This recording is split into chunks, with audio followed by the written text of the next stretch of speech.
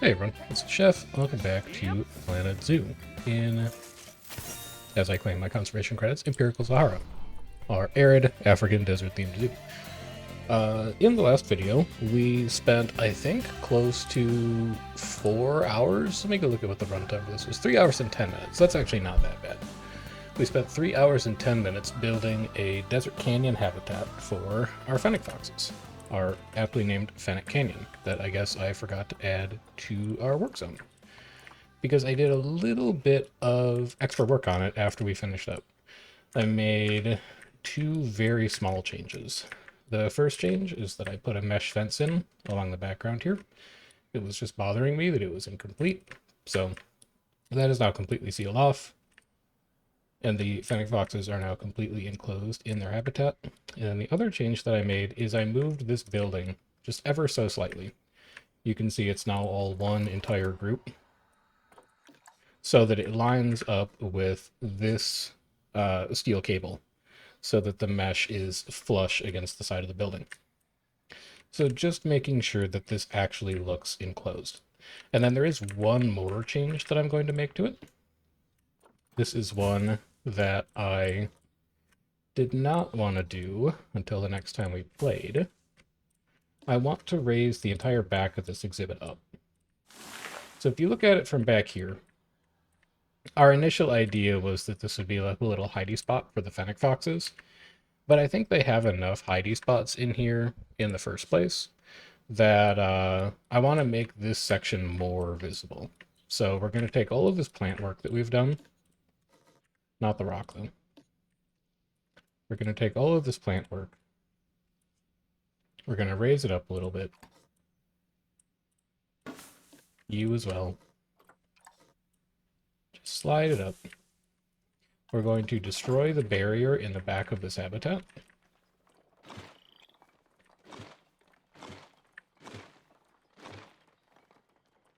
And we are going to take our terrain stamp tool. We are going to raise the back of this exhibit up a little bit. Not much, just kind of up to the level of the rocks. Maybe a little further than that. This is going to do a couple things for us. The first thing that it's going to do is it's going to make it easier for the Fennec Foxes to actually get onto the rocks in the back, which is good. It will make them more visible to our guests. And the other thing that it's going to do is it's going to let us put a little bit more enrichment items back here. Don't worry about him, he'll be fine. It's going to let us put a little bit more enrichment items back here, so that they've got some stuff to play around with. We'll just raise this up a little bit over here. And then we'll roughen this up a little bit. Like it could be even higher against the stone wall. Take you down to 20.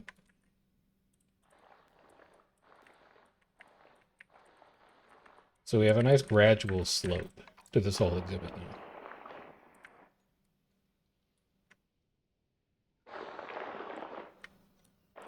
And we'll deal with that later. So now when you look at it from the back, you almost have like a two-tiered habitat. And we can make it much easier for them to get onto the rocks. We can make it much easier for them to move around in here. And we can make it much easier to get some enrichment items down that they will be able to interact with in fun and interesting ways. We'll just make sure that these trees are stowed below. You can sink down a bit as well. You guys obviously can come back down. Squeeze you into this corner a little bit more. And then all of you can come back down.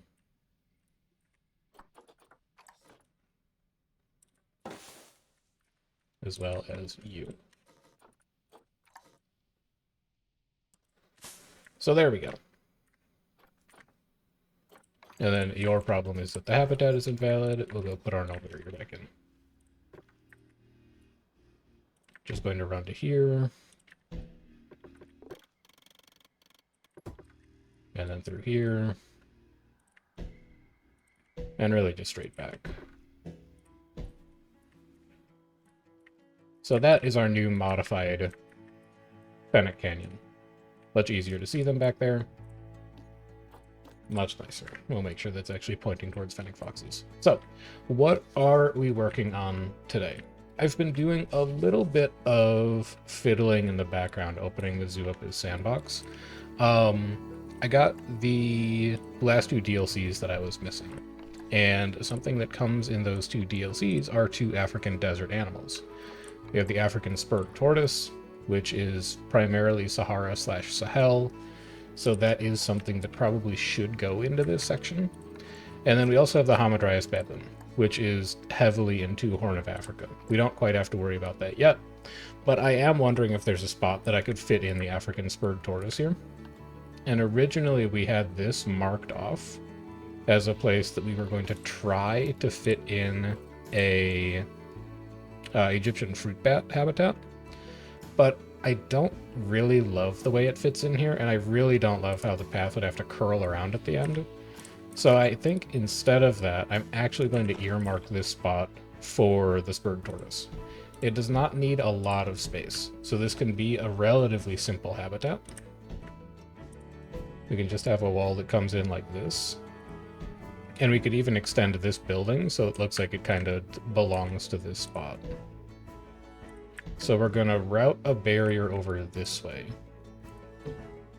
We're going to have it join into the Fennec Fox exhibit. And then we are going to unify these barriers. So this will be a shared barrier between both habitats. And we'll have this nice rock wall that actually separates them. And then if we put a keeper gate back here, and we grab a path,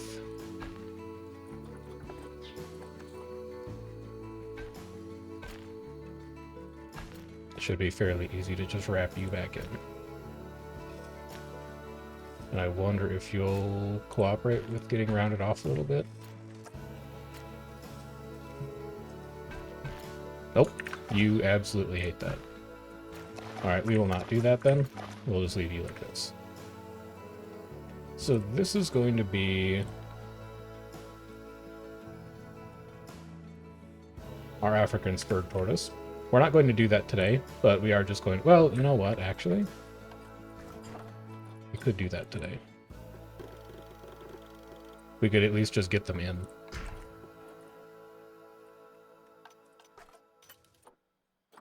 Because then they can start making us some money.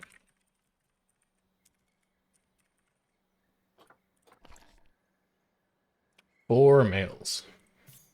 How many of you can I have? Up to 3 males, up to 7 females. Territorial during breeding season and may fight each other over access to mates. So I probably want to have 1 male and like 3 females. Alright, well, we'll get the 1 male. We'll grab you. Send you over to quarantine. And then what we're actually going to work on today is the sandcat habitat. We're going to bring this thing up to speed. Let's just get a few more donation bids in. There we go. So we want all of these to look relatively consistent, except that this isn't going to be fenced in. So what we're going to do is we're going to grab this guy. We're going to move you into position to where we would like you to be. Which I'd like this section to be flat with the path. So right about there, it looks like it's going to be perfect. And then we want this side to wrap around. Maybe leave yourself a little extra room for putting in things like plants and stuff like that. And then we're going to chop off this section here, and we're going to extend this wall out so that it's straight. We'll do just a little bit of road. Maybe I should prioritize this being flush with this side of the path, actually.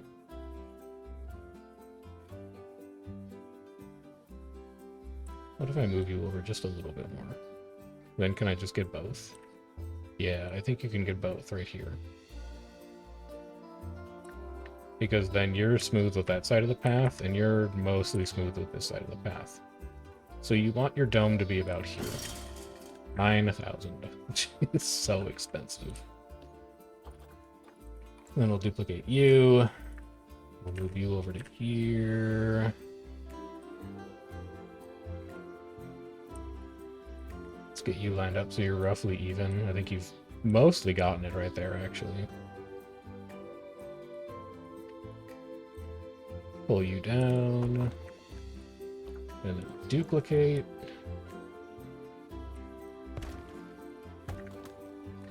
So you'll be about that tall.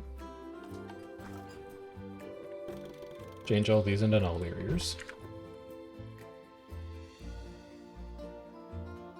What is that? Weird. Okay. And then we're going to go into this group, and we're going to change a few things around. First of all, I don't need to see where hidden barriers are right now. I need to destroy this whole wall. And all of this mesh fencing.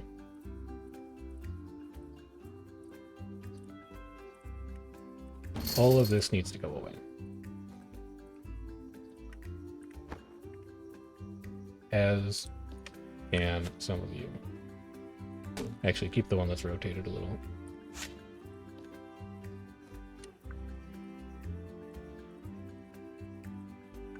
So we're going to get all of this out of here.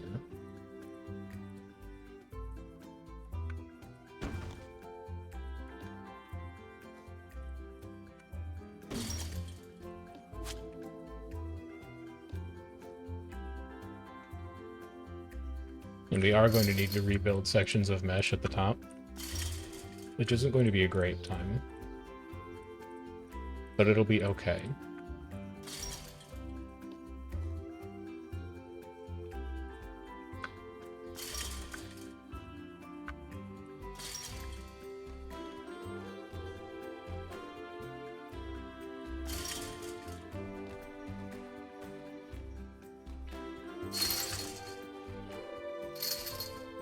Then we need to get rid of all this rope, or, sorry, cable, as well.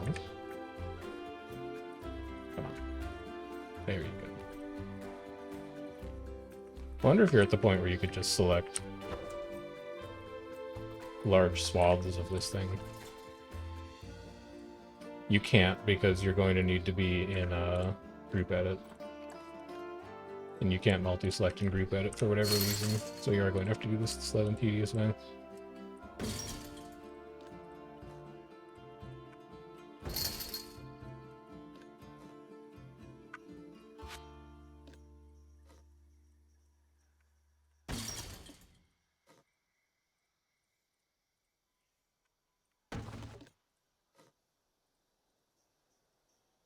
And I'm hoping that the copy-paste process for the rest of this wall isn't going to be as painful. In fact, I'm pretty sure it's not going to be. It's just a question of whether we can get a friendly alignment off of it at the first try. If you hear sirens in the background, it's okay. I just have my window open because it's a really nice day here today. But unfortunately, someone is not having the same nice day that I am.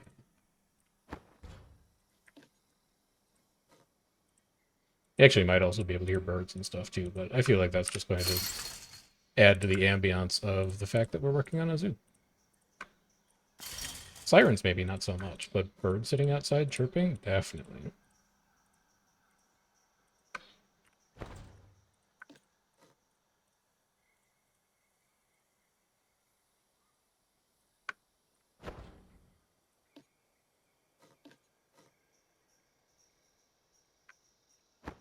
Also, I think you forgot to replace your burrow for the Fennec Foxes. You might want to go and give them that.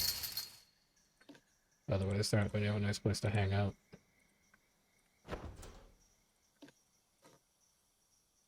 Except for inside their shelter. And also I have plans for inside their shelter, but I think we'll get to that for, like, the final pass on this section of the zoo before we move on to what's next. I want to build them like a little elevated sleeping spot in there, put a couple of enrichment toys in there, make a false back wall. so that you can't see where the keeper wanders in. Got all kinds of plans for back there. All right, there we go. Now, how nice are you going to be about letting me grab this? I actually don't want you to be the rotated one. I was wrong.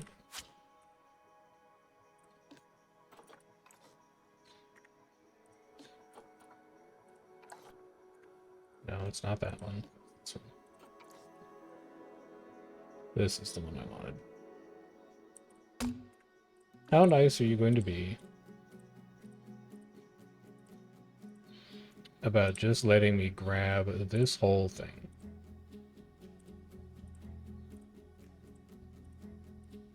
And keeping it on the grid, on the same grid as the rest of this dome. Are you going to be polite about that or impolite? Surprisingly polite. Okay. You forgot the little pieces of wood at the bottom. Those.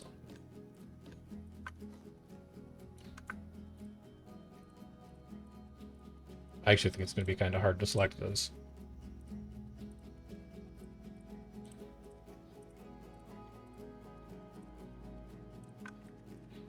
It's okay, we'll get it.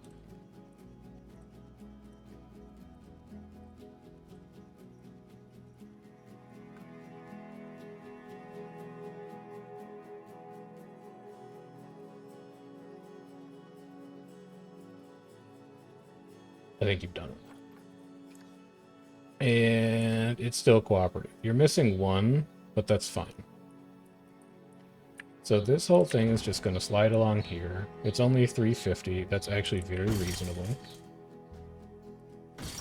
And you're going to go to about here. And then you're going to turn a corner.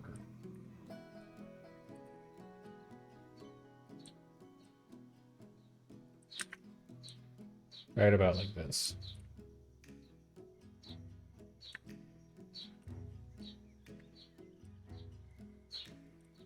And then from there, that's going to go into backstage area. Actually, I'm not even going to do that one. Because otherwise this netting is going to be a giant pain. So now that that's done, polish up this last little bit here. Make sure it is truly hidden.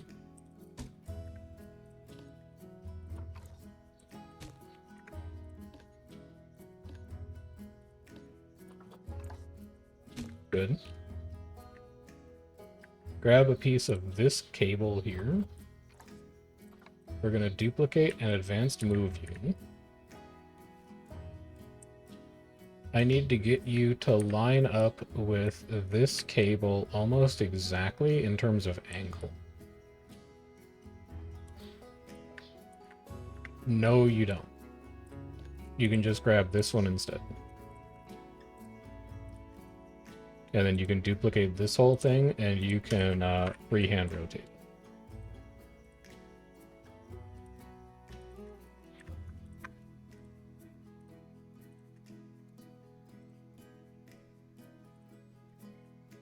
That way you don't have to worry about changing the Y. You only have to worry about changing this angle of rotation.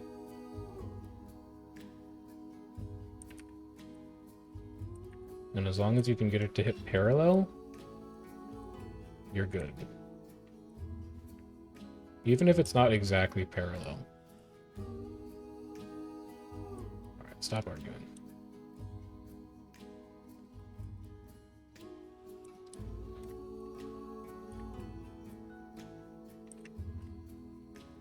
I think that will be fine. And then we move you back so you just barely touch here. And then I'm going to leave you here, and I'm going to split you from your group so that I can move you around more easily.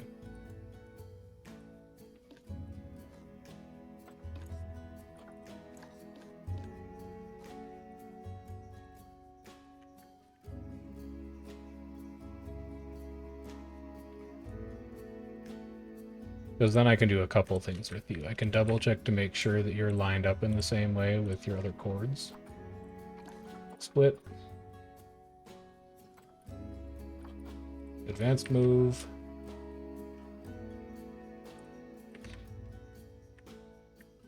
Yeah, it looks good. Put you here.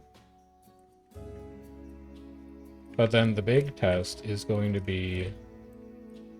You know what? There's actually a more precise way to do this. Give me a beam, please. An 8 meter.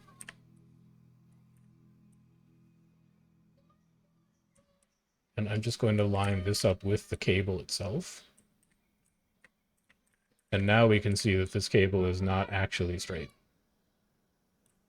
Because this beam is definitely straight. So we come in here. We're going to rotate this cable a little bit so it's parallel with this beam.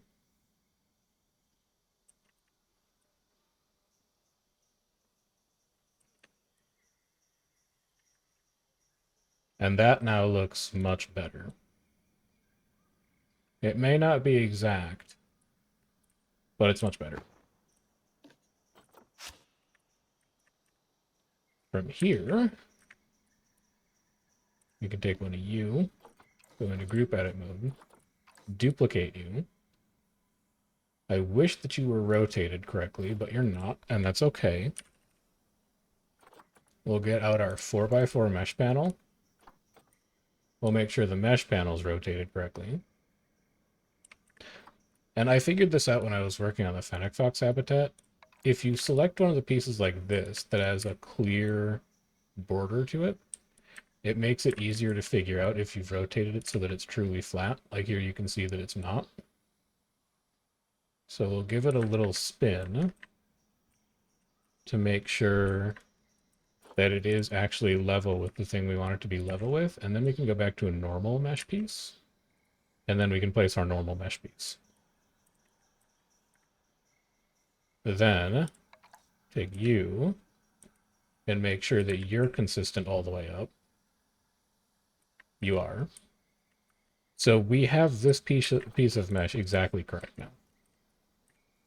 And we just need to not touch it ever again. So we're going to bring you all the way up here.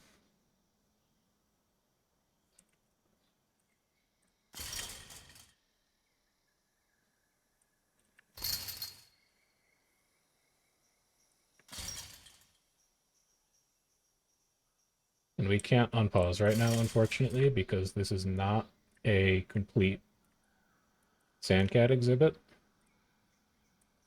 And then we have this nightmare to deal with. Actually, I'm not going to do that nightmare. Instead, I'm going to copy and paste this thing over.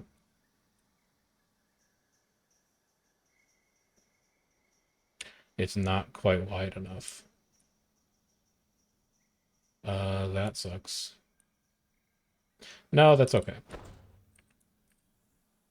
We'll go like this. And like this. And like this.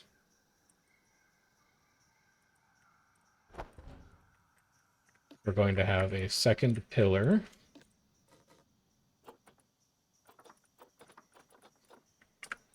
Fine, I'll duplicate one of you at a time then. Second pillar down here. Actually, grab the top one so that you can make sure their heights are level.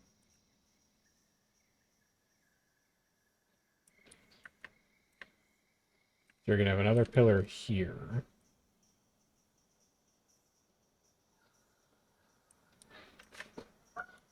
And yeah, the mesh clips into it a bit. That's okay. And then you'll have a post that runs across the back of that joins up the rope. And here, I don't know what you'll do here. You'll probably have a rock wall, and it'll join in with another mesh fence the way we did it over on the other side. So now, we need to go like this. Hop into group edit mode. Duplicate you. 0.5 is exactly the size that you need. Although, you could save yourself a lot of work by just doing this. So let's see if we can give that a try.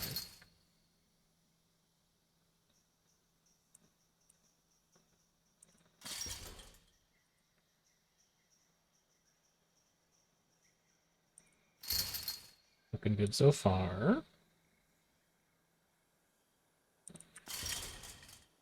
And now I think I'll use the tiny little 0.5s at the top.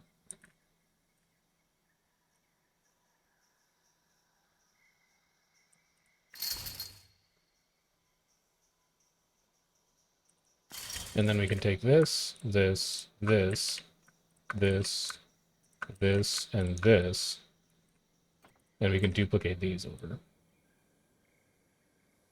Oh, it's really angry about that. Okay, then we won't do it like that then. We'll find another way. I guess I'll just duplicate you over.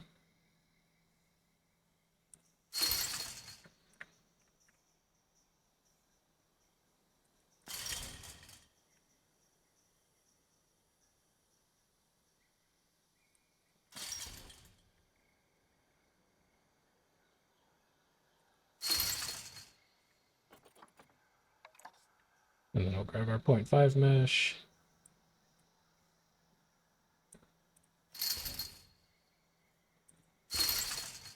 And then we'll do the same thing for this last one. 0.5 mesh. Didn't really line that one up exactly. Let's fix it now. There you go.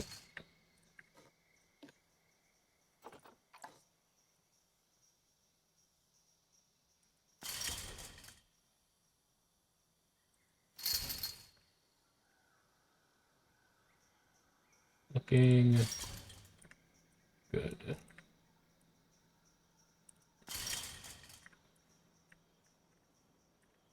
Do you kind of wish that this one was straight?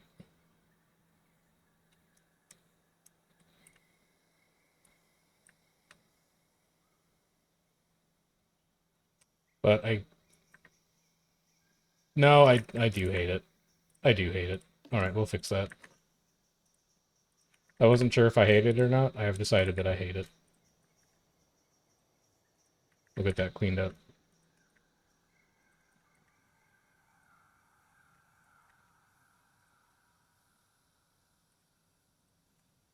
Which also means that we can get rid of the janky edge pieces on this section of the fence as well. So that'll be nice.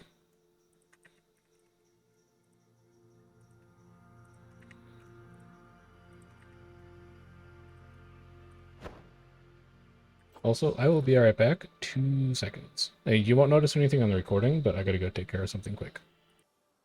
Alright, we're back. Sorry about that. I have actually very briefly rebooted. I was having an odd grinding noise coming from my computer, which is not a noise that you generally want a computer to make. So in order to get this to line up, we are going to need to get rid of all this mesh work that we did over here so that we can slide it over and replace it. We'll prepare to do that now.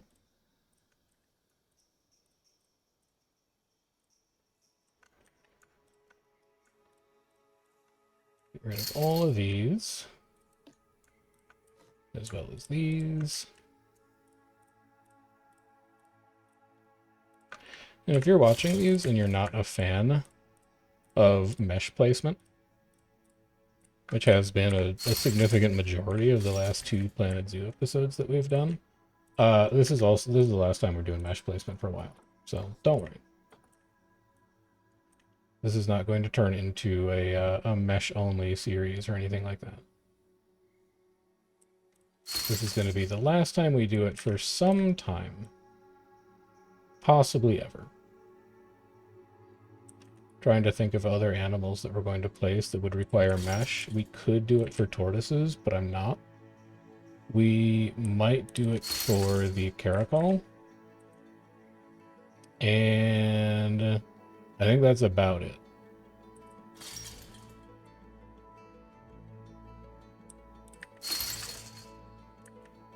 All right. So, last step.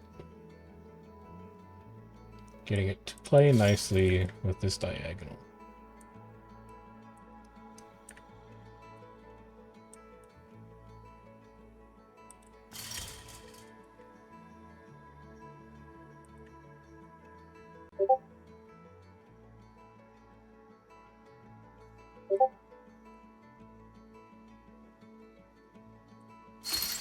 There we go.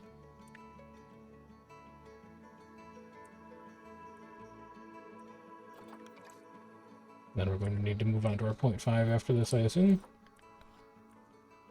Mash.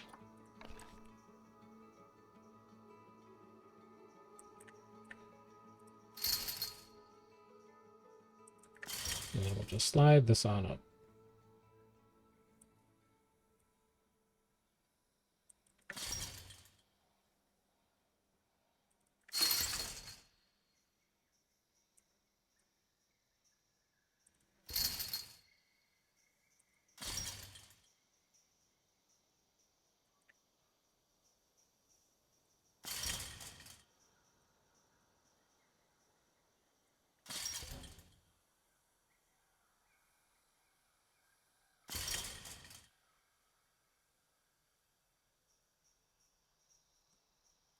That's pretty close, but we can do better.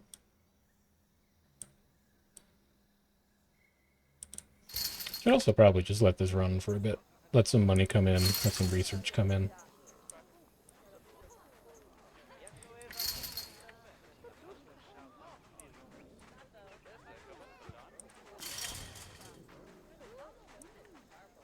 I can't let it run, actually. I remember now. This is not a valid habitat for sandcats. I don't want them to escape. We destroyed the barriers. We've only replaced some of them. But this is technically not a valid habitat right now. So let's not do that. Let's also not do that.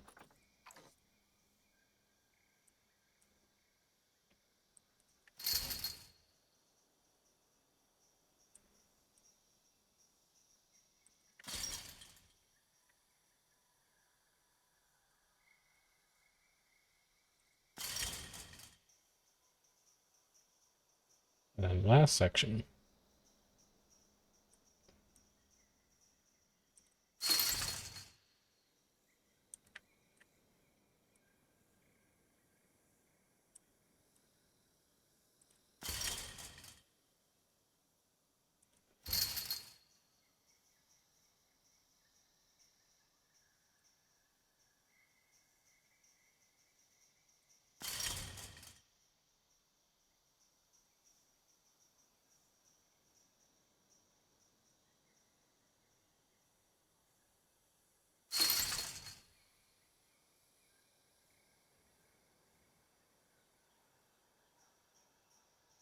Is this too low?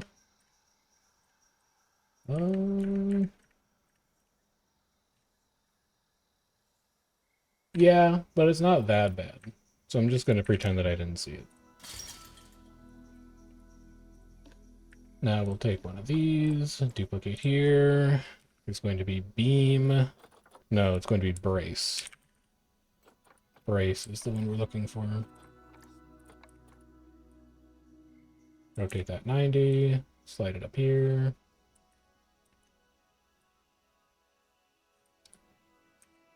This is going to be the thing that holds the mesh in place at the top.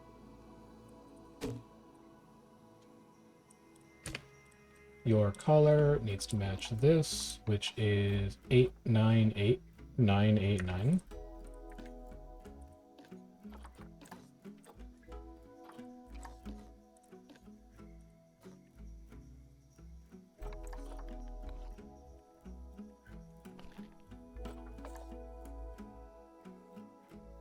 And there we go. That is our sandcat viewing gap. Now we need to make this thing a complete habitat. Let's go get our rocks. Show me desert rocks. I like the way that this came out. It was sort of like flat vertical wall. So I think we'll do that again here. That's with this big Desert Rock 07 piece. I don't want angle snap, I don't want any snap, and I definitely don't want random rotation. Let's actually start by building them a platform out of 04 first. So that we get a nice join. And I want to make this pretty flush with the staff paths. So we'll do a little bit of rotation here to get the flat edges that we want.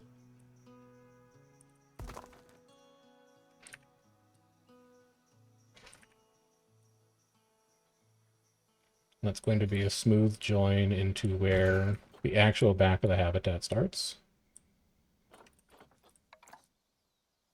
We'll raise this up a bit with some cladding.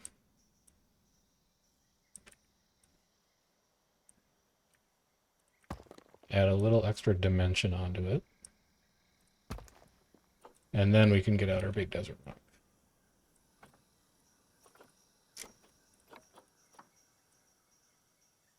Rotate you 90.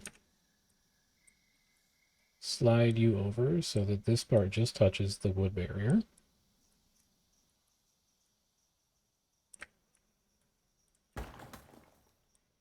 Give you a 180. Slide you over so it just touches the wood barrier.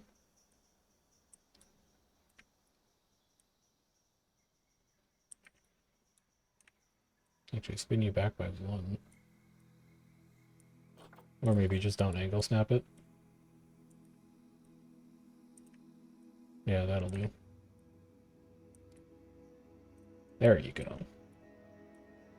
That's what you're looking for. And then have one more over here. Pull it out a little bit. That should be decent to stop any sandcats from escaping. Add a little bit around the base so it doesn't quite look so flat.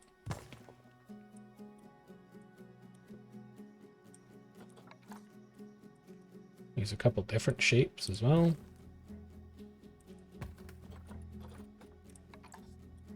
And maybe get a pillar in there.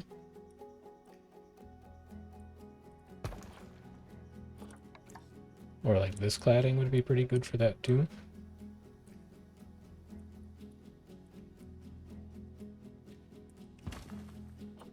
And then we'll do a little bit more over here on the other side. Especially on this back part.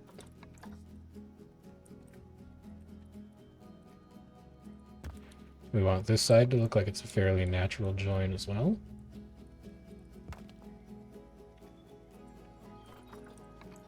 That's going to be too big.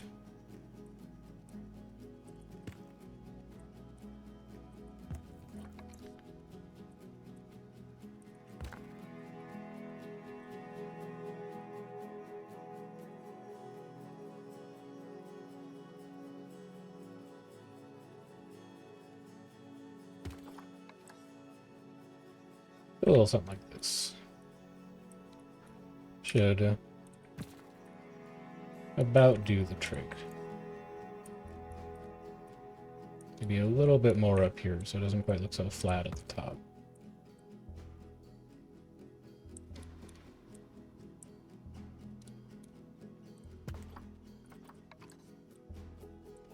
You are way too big. You are also way too big. You'll be fine.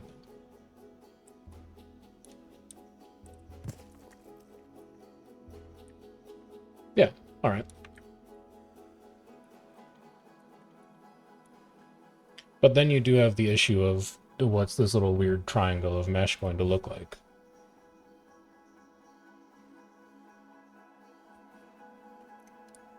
And indeed, you may want to take all of this stone.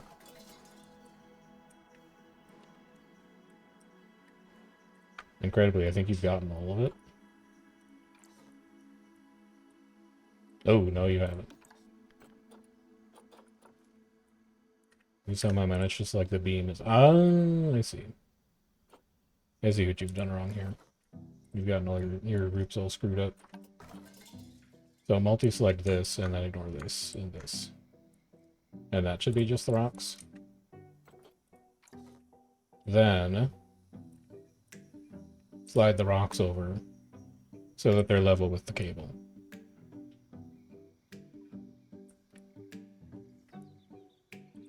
Like that. And then just do a little bit more space filling here. You won't need many.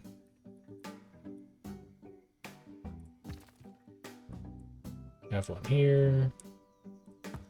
It's gradually going to slide in. Gradually going to slide in again. And that can be mesh. That'll be a fine mesh edge. Then, grab just some of this, duplicate it, slide it a little further in, so that it meets this pillar. And then take this part and raise this part up.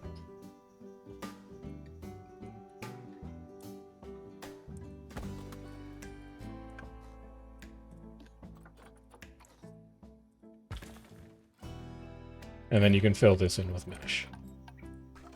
Maybe put a little bit of stone here at the back for a cleaner join against the pillar.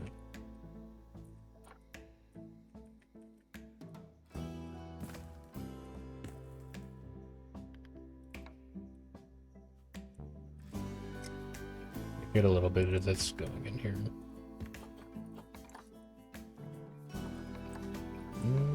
No, no. No, just use that, maybe.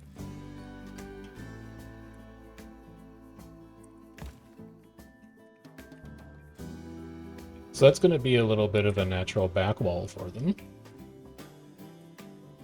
You also actually need to move a lot of these barriers. So let's clean these up.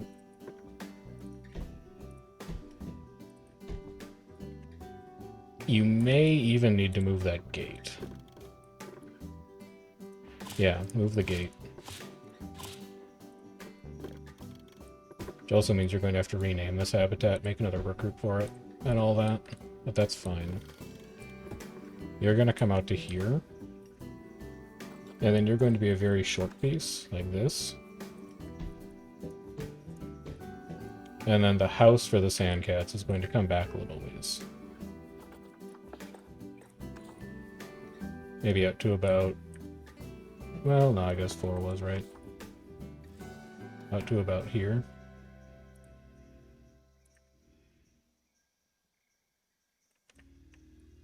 It's going to be a really deep house if you put it where that pillar is. You may want to extend that wall one more back. And then have the house be here.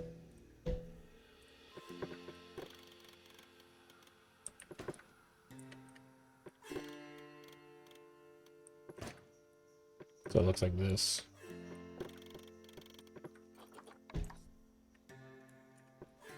How much room does that give you?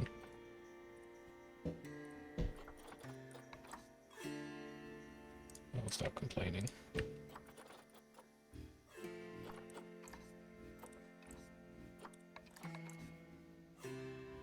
You can fit in here. You can. I know that you can.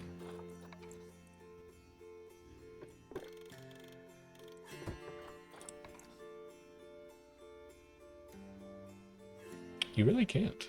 Huh, okay. Is it this barrier?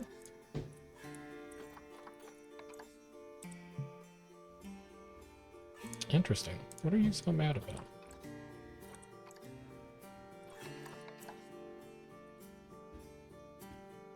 Yeah, it really refuses to fit there. Huh, okay. That's fine, I can work with that.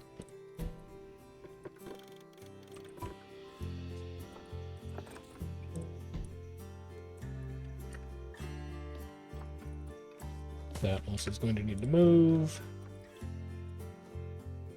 Elderly. We're gonna have to get new sandcats.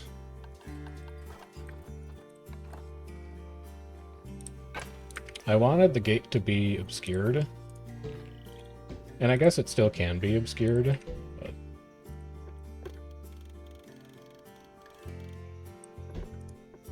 just not in the way that I want it to be.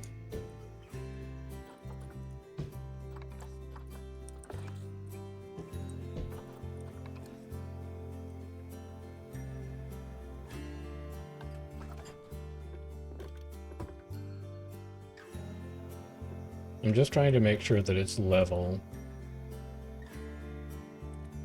with the brace up here so that I don't have to do too much work. It looks like it is.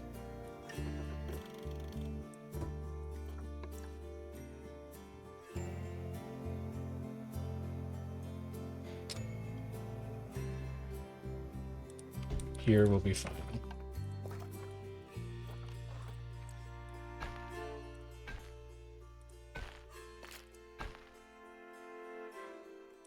And then you'll loop around like that. I actually don't like how squiggly that is right now.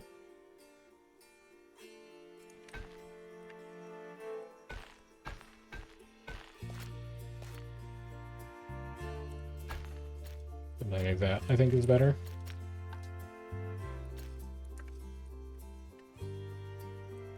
That's one side done.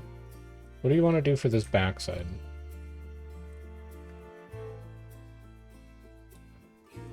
You'll want it to be relatively tall. You want to make it look like there's a fake pretend mud wall back there or something? Also, we can get rid of these rocks. Actually making it difficult to see what's going on in this habitat right now. And then also you'll want to move this wall over.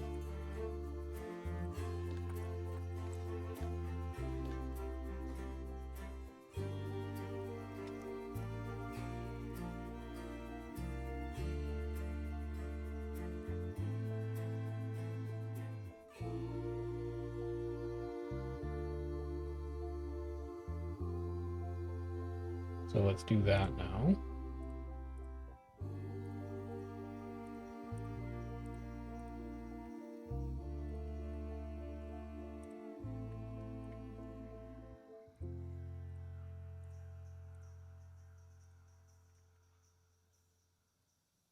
You're gonna have to straighten that cable out as well.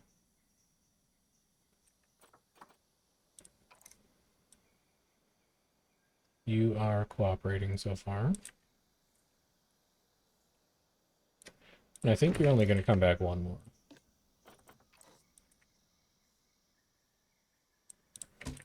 That's just going to be a little short extension. And then we'll get a building in for you as well. I think I might want you to be a continuation of this style. So we'll go back to a breeze block base.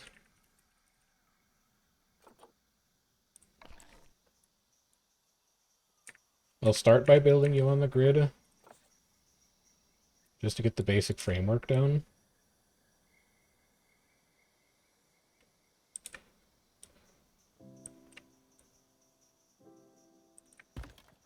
So you'll go here, here,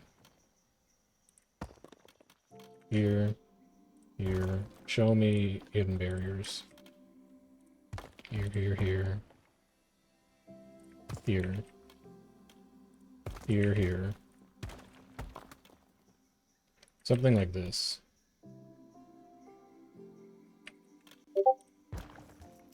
Is how I think that will end up looking. For the Sandcat house. And I can pull you back to where you'll need to go. Which is going to be closer to here. And a little bit rotated. And I'm going to need the mesh to run up to this.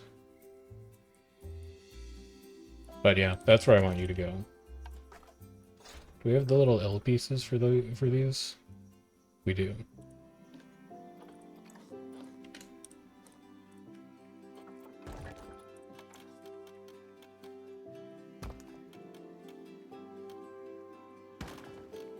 So this will be viewing gallery.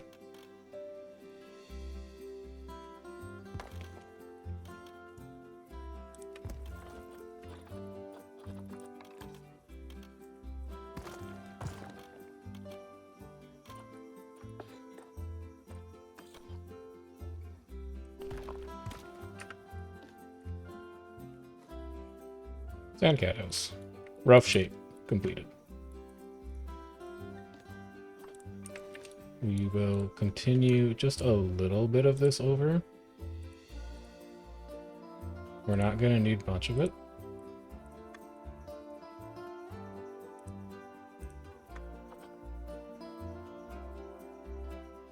You should pull it from the other side.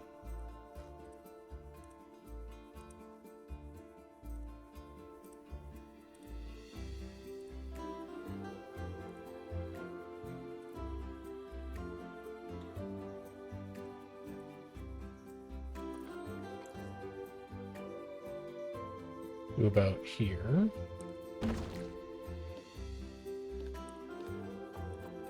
Bring the wood as well. And then think carefully about how to line that up.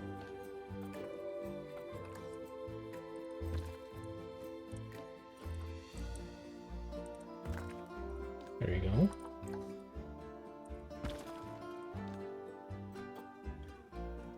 That can be a different size mesh.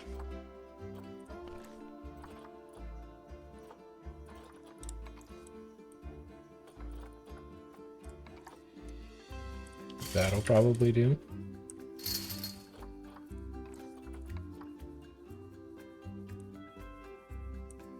You don't need a duplicate, you can just advance and move.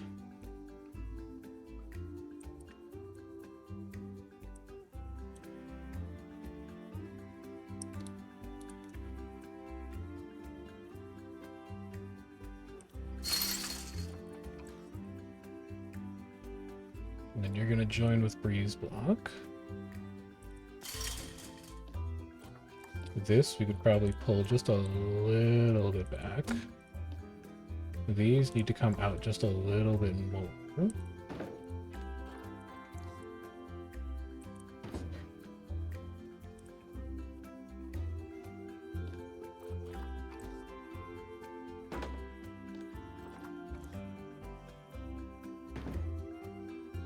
And then we'll also need to grab our rope.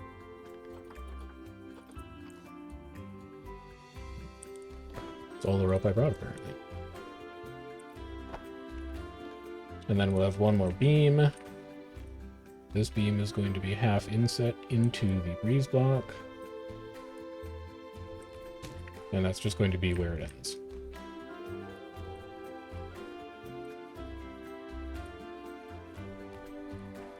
I'm going to have to straighten this rope out, annoyingly. So maybe we're not as done with rope work as I thought. You also need your own cable.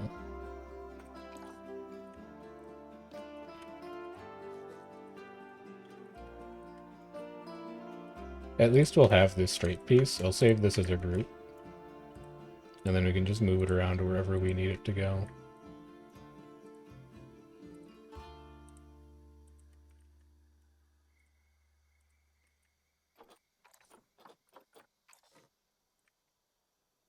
So you're going to go here. And that's what holds you in place.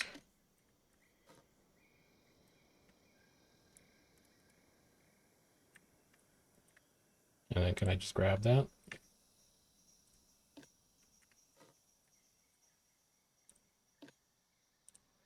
Please. Ready, please?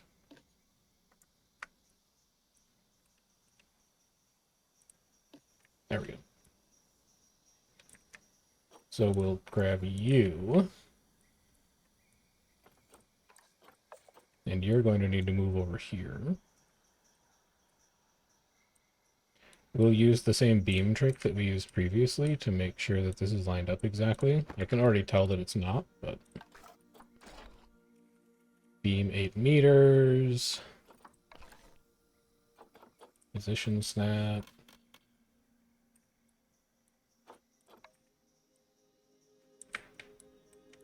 Angle snap. Roughly like that. The angle's not really the part that we're interested in. So I don't have to get that correct.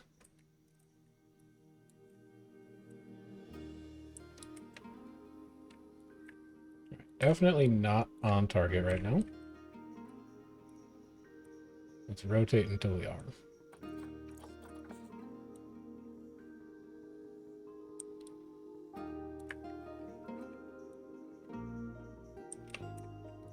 Just a tiny adjustment off of that.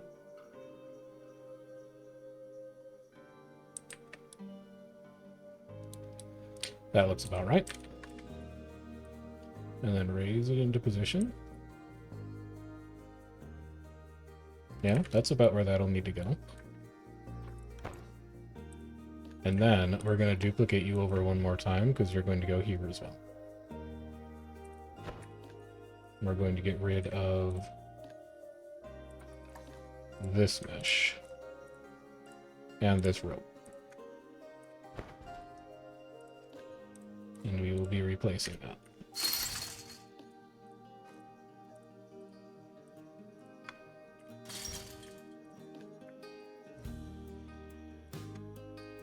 Also get this scratching tree out of here. I'll give you your toys back later. I just need to be able to see what I'm doing now.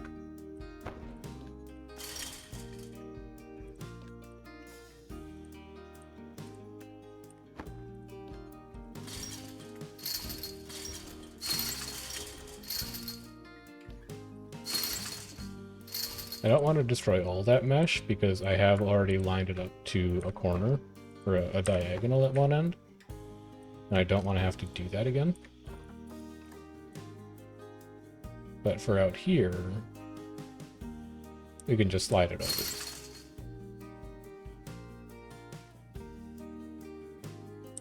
And if we've done our work right in other spots on this mesh, it should all just line up.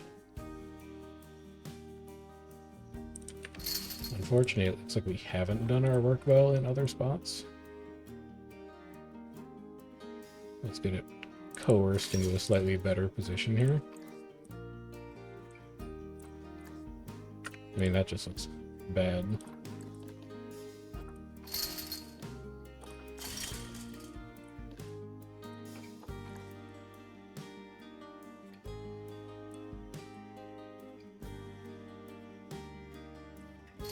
Better. This too. This looks bad.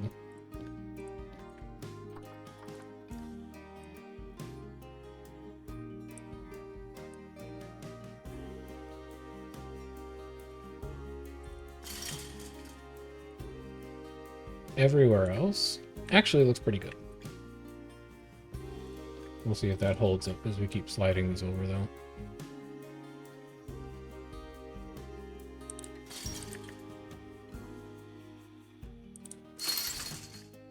So far, so good.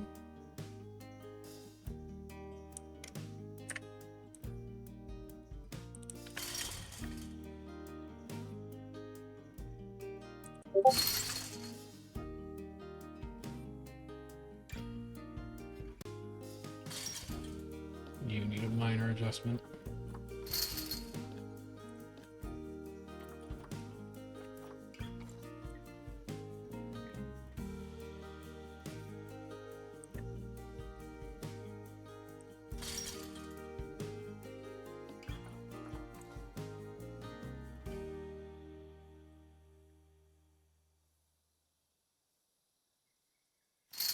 You need a major adjustment. This is the old top part. Where things really don't want to join very well at all.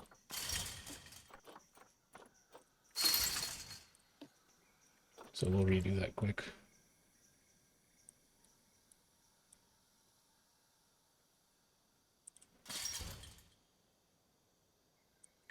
If we just have there be less overlap, it should be fine.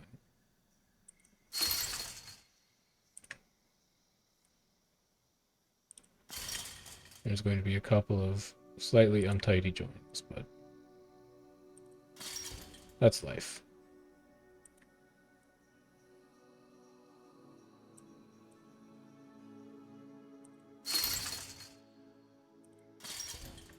And then these are going to go all the way into the pillar.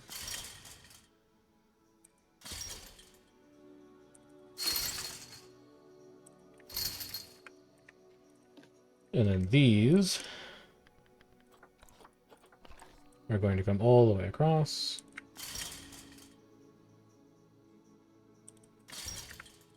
This beam can go. revealing the cable underneath.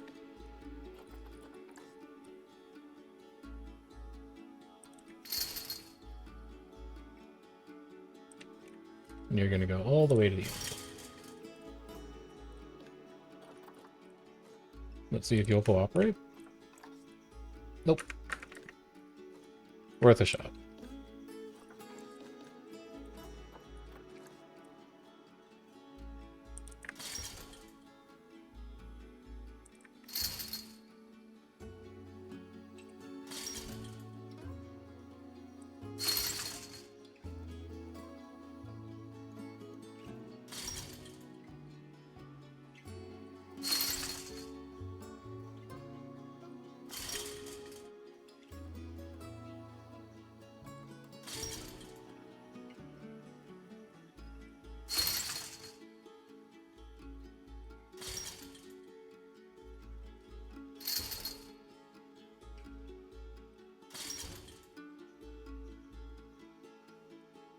Are you on that cable?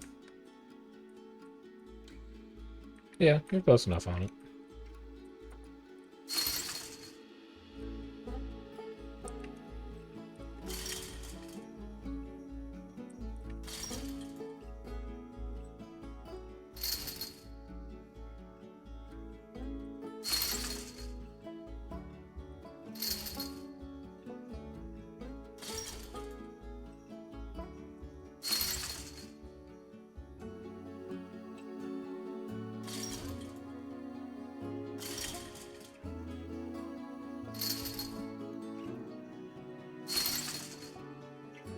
We need to do this 2 more times.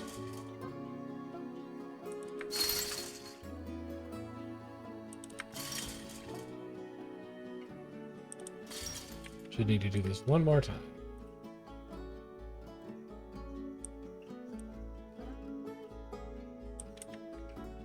Just up to here. And the rest we can take care of with one of those braces. To mask where it joins.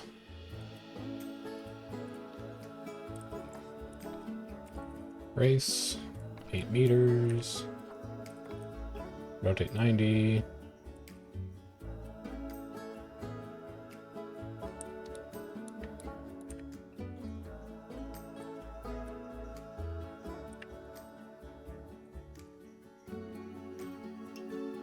Like about here.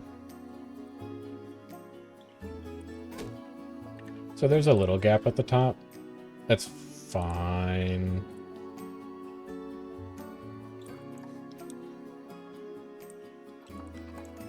It's not fine. You're gonna want to fix it. Just slide these up a teeny tiny bit.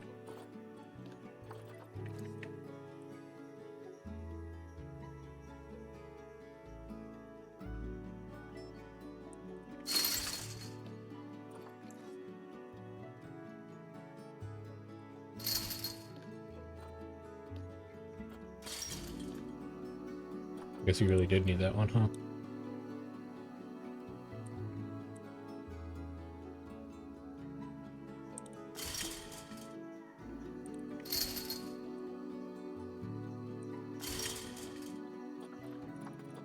And then you have overlap beneath you. So these we can just move up. We don't need to duplicate.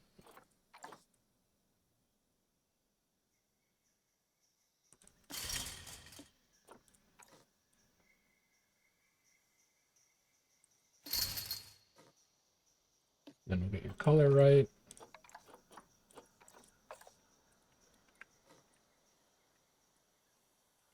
All right. I feel okay about this. I think this is decent. This house is going to have a pretty funky shape to it to get that netting to line up on the top. But overall, this is coming together fairly well. How big is this habitat currently? How much space are you going to have? 764? How much do you want? Oh, that's more than enough. You're only ever supposed to be in a very small group. You only need 300. Yeah, this is more than enough space for you. We could actually have made this the mesh netting quite a bit smaller, but this will be okay. It's okay for this to be a little bigger than it needs to be.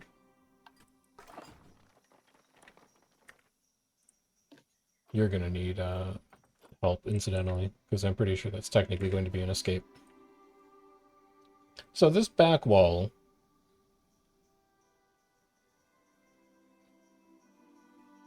is going to be guest viewable. Unless I figure out something clever to do with it. And we do know that we'll have space in here. So let's just say hypothetically, we took my new best friend Mudwall. We took like Mudwall 1x4.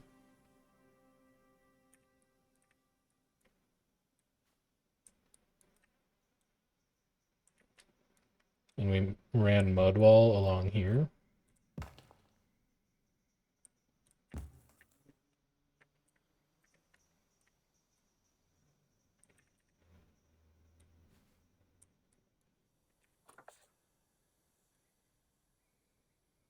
And we had this be almost like a false front to the exhibit.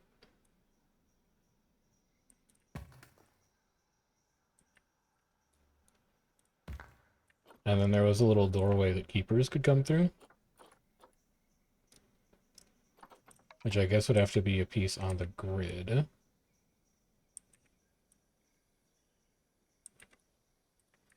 So Sandcats could get back here. And that's fine.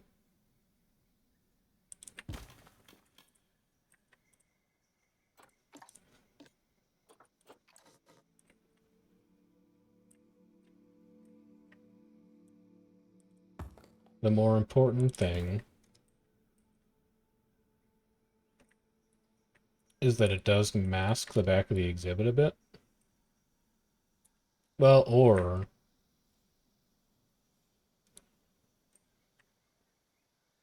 No, I don't like it.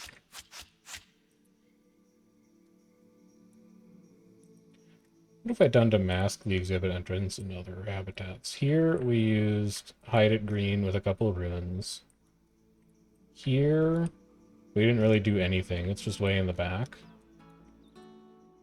Here we didn't do anything, it's just way in the back behind a rock. And here it's inside a house. Oh, it's obvious. It's so obvious.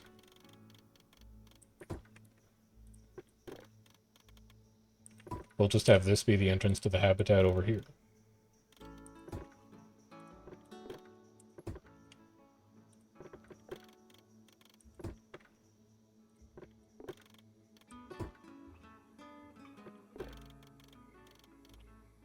I think they might get a little fussy about potential escapes if you do it the other way. So leave that there.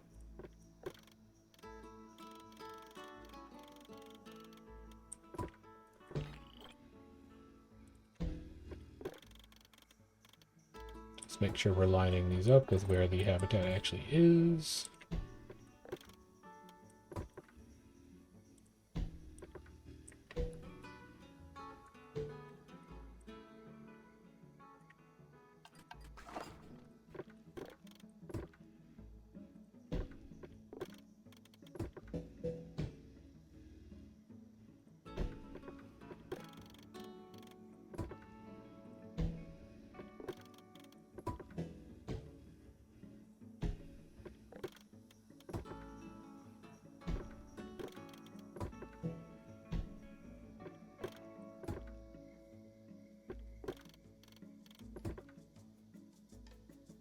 Yep. And then this is going to go again. This is going to come all the way down to here. And then that's going to be the shape of the habitat. And then that's where we're going to have the entrance. So now I can make this entire thing a rock wall in the back.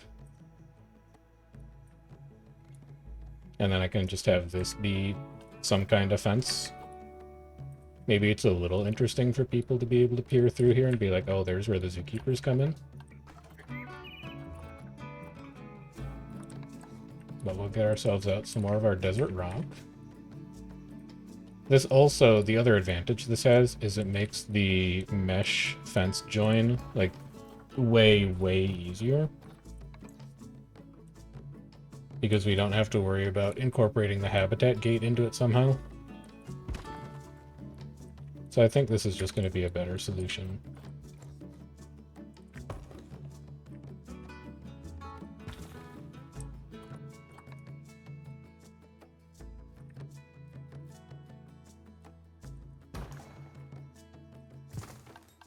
Now we also need this to come out a pretty fair ways.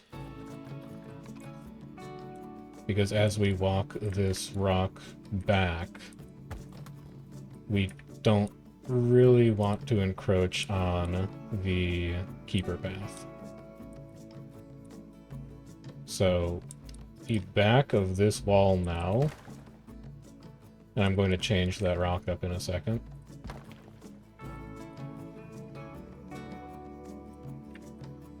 The back of this wall now is what we want the max height to be.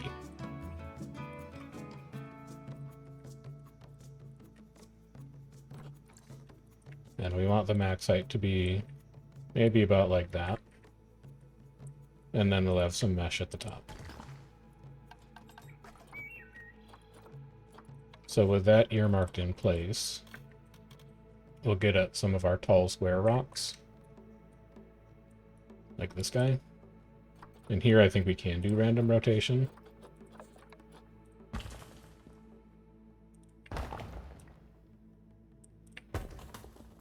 We're just going to slide them along here.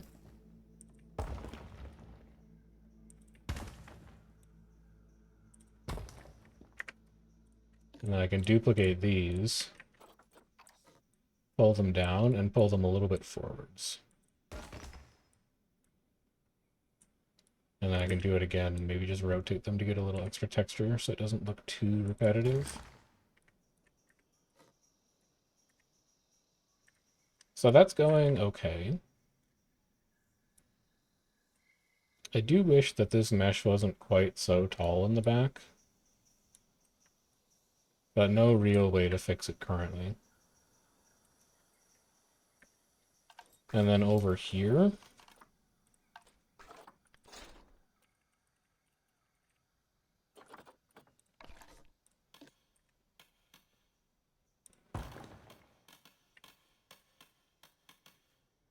we'll make ourselves a little fence.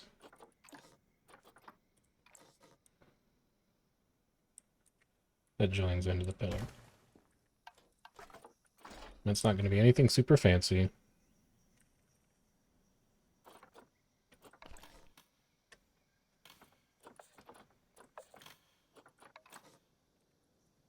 It's just going to be a little bit of square post.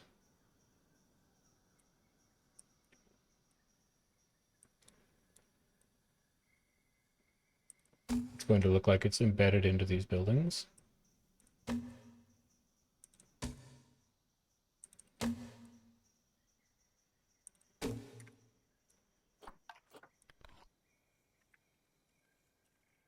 With some chain link.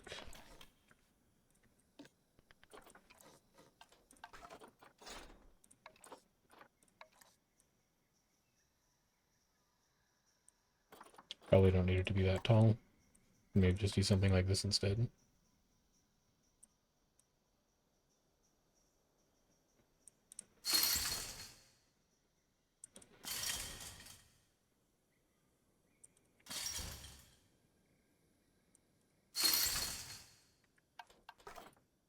And then we'll have thin, round up at the top.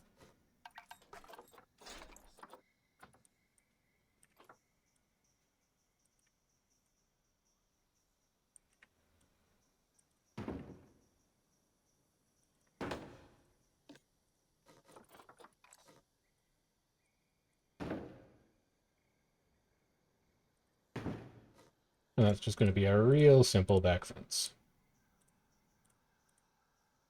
Not you.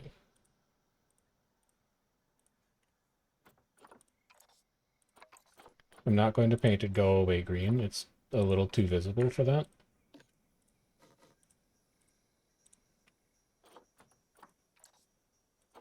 I will make these a bit darker. So it just looks like there's some fencing there. Also, this needs to all not be climbable, and I should probably put it in a group.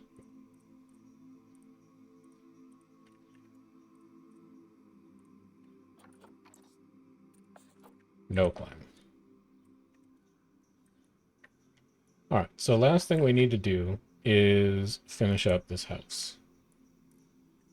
We'll grab one of our stone pillars here.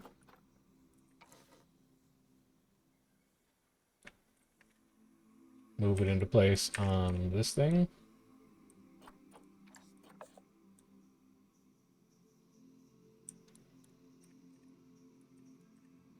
It's not quite squared off yet. There we go. That looks better.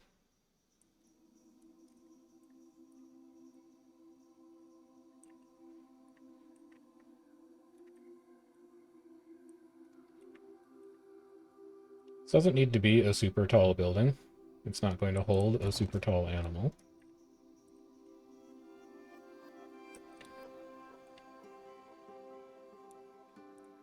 But we can use it to cover up some of these joins.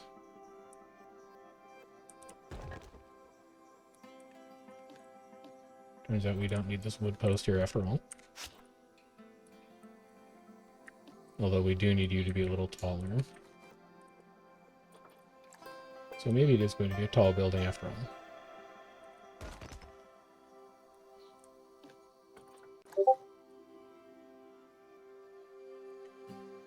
And then we'll have a little bit of texture here. We'll have one somewhere in the middle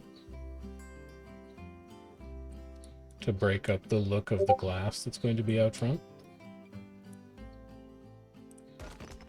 Actually, we should probably pull this one out that way too.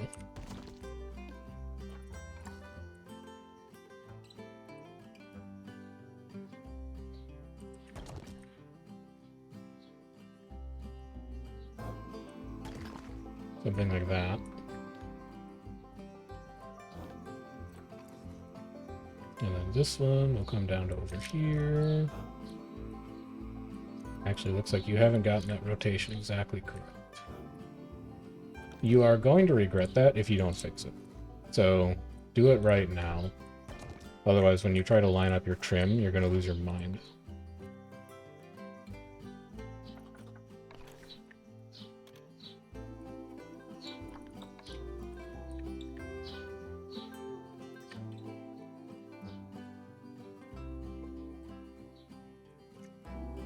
Worth doing something right the first time you do it. Saves yourself a lot of time later on.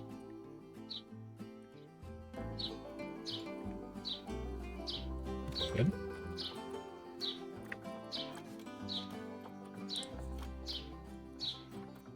Why are you trying to random rotate here?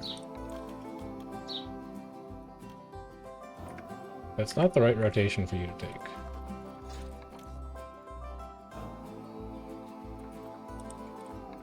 There you go.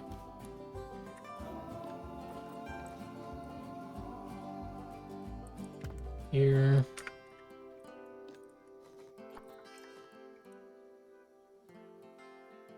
Here.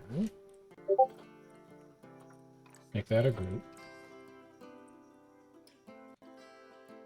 Bring it in so it just bumps out a bit on the edges.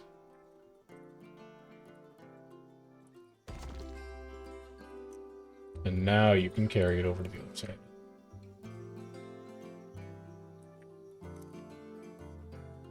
Safe in the knowledge that when you do the building trim, everything is going to line up just fine.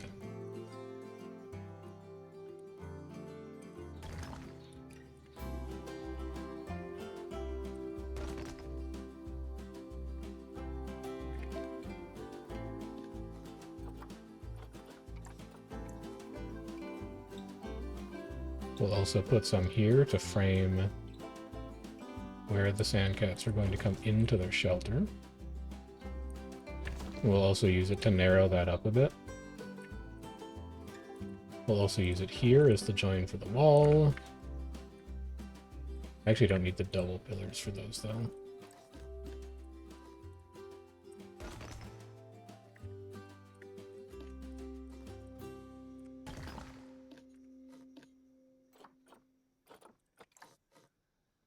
You can just use single pillar for that.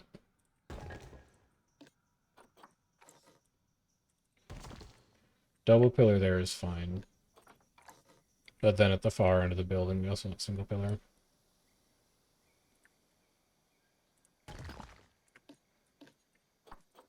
This piece can go. We're going to have to replace that with non-grid.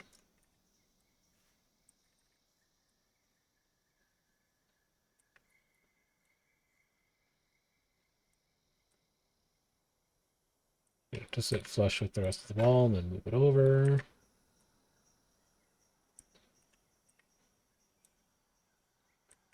And then you are not going to want to cooperate, which means I'm going to have to use breeze block column here as an even thinner piece of breeze block.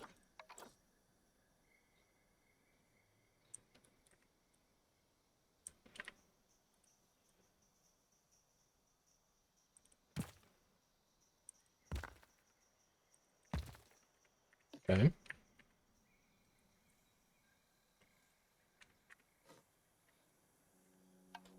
Now you can put in your mud wall, plaster wall, because we want it to have a bit of texture.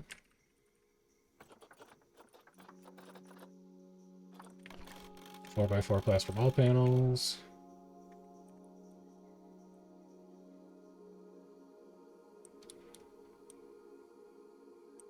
Round them up to about here. About here. We'll leave some room at the very top in case we do want to do wall trim.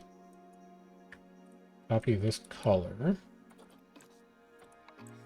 9F835C.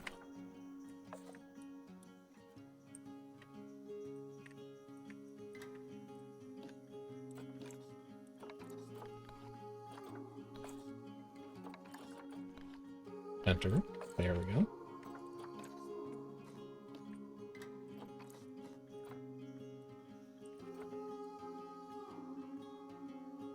Duplicate this and get it in here.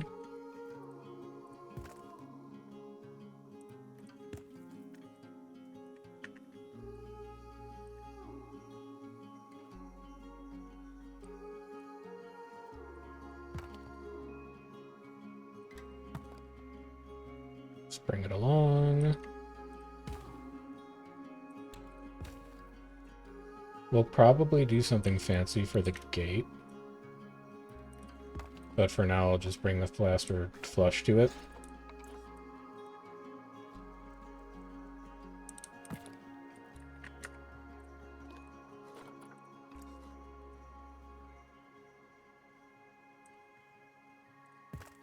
Go up to here. Ooh, that's not good. It's not going to line up the way that I want it to. Let's reset that axis. There we go. Now, one way.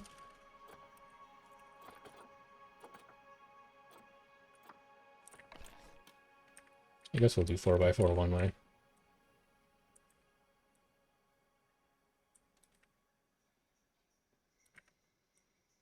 It is an awfully big window, but I don't think we're going to use all of it. We'll do one here, and then maybe have like a thin one in the middle. About here.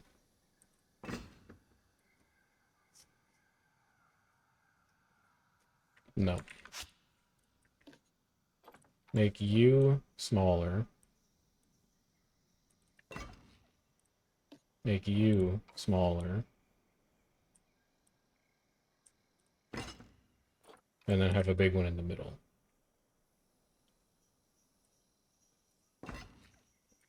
And then we can mask the middle with plaster trim.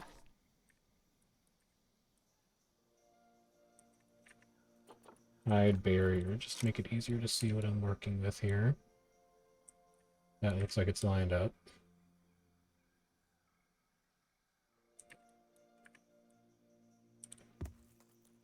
So left plaster here, plaster here, and then we can move these back out a little bit.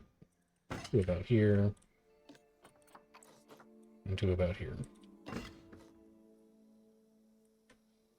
So that'll be viewing gallery. And I think that also means that this habitat is now complete. So we should be able to unpause. Go to our work zones. Add both of these back in. This is Sandcat. We don't pluralize, right? Correct, we don't pluralize. Everyone is afraid because one of the Sandcats has escaped, but that's okay. Worry about that later.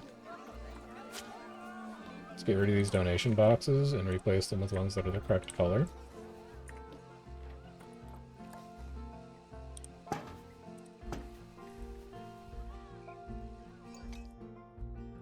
And then we need to figure out how we're going to come up with a roof for this building. And we'll need to start putting trim in. I guess we could keep it flat roofed. And we could just have the mesh attach into it directly like that. Also need to fix this thing up. Swing you around here. Does that line you up with where you need to go? It does. Go ahead and get you in like that. We'll figure out how to dress that up more appropriately later. Let's bring our little square decoration thing over here.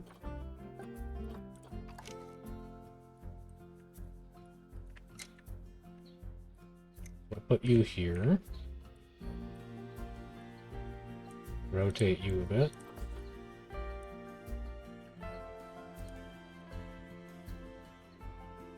Get you so you're just barely inside the breeze block.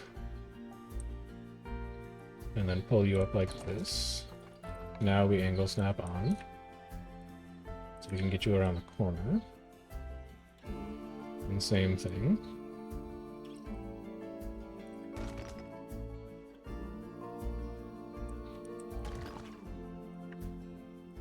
And then same thing in the front for sure. Because that's where we actually want it to have a little bit of texture.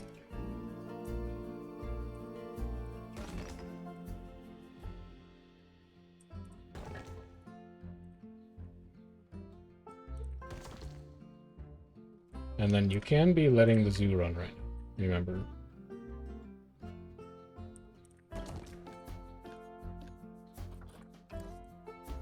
Let's grab this guy, bring him over. There you go.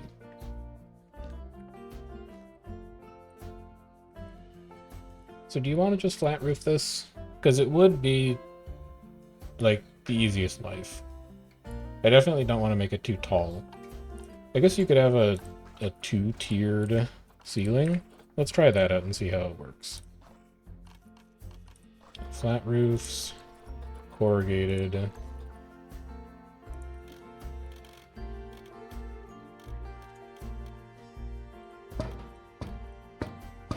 So that would look like this.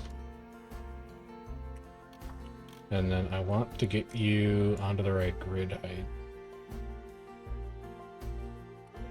So rather than grid height 0, let's do like grid height 2. I feel like this is maybe a little weird. No, maybe it's okay. Maybe it'll be alright.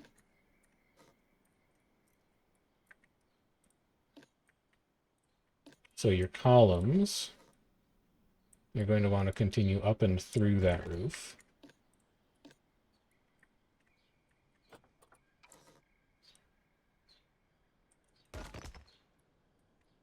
You should maintain the same height, so duplicate these. And then just get them to line up exactly with your pillars.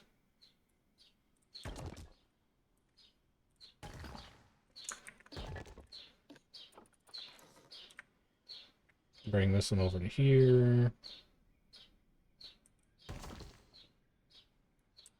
And the only thing that's weird is that you would also want a column here. So maybe you rework your viewing gallery.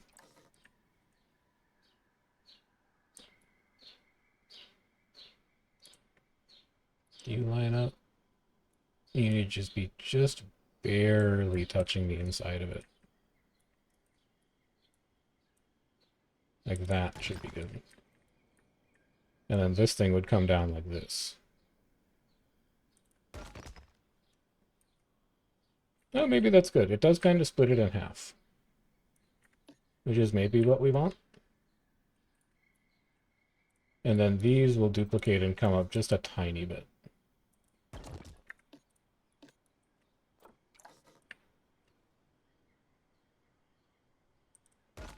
Just a teeny tiny little bit.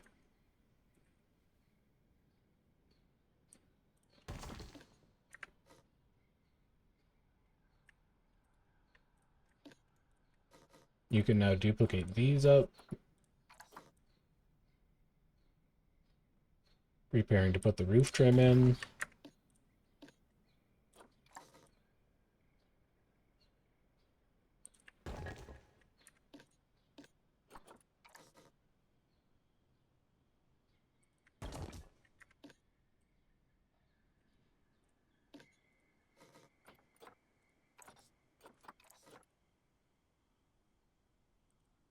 Should be just barely under the roof. That's actually a little too high. You don't want it to poke out through the top of the roof. You want it to be just a little bit lower than that. And then the roof trim is going to do the rest. These sides you can leave blank. They're not guest facing. That'll be fine. The fill up here, I guess, will be plaster.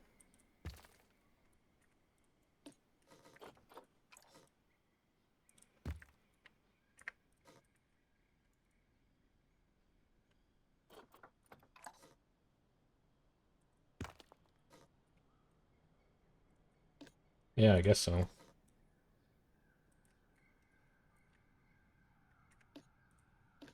Borrow this column. Slide it to here.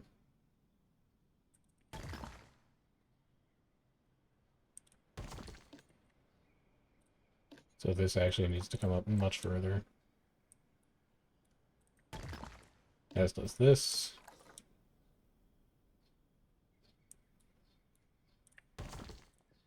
And then this can also come over.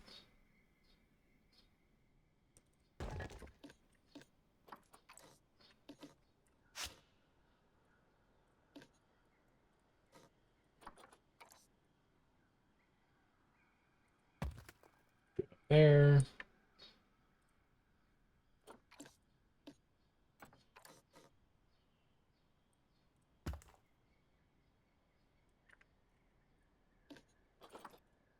This one you'll have to duplicate a couple times.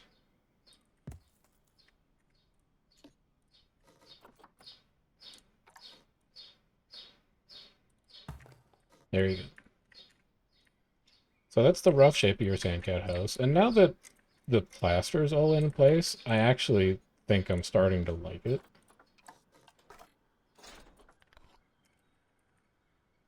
I think it gives it a neat shape.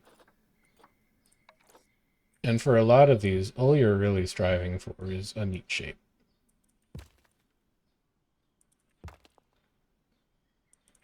Or at least all I'm really striving for is a neat shape. Just something to break up the visual monotony of the background of the zoo. I would say this currently does a pretty admirable job of that. I do need to figure out how I'm going to make the top of their entrance look a little more cohesive, and I think it could just be as easy as this.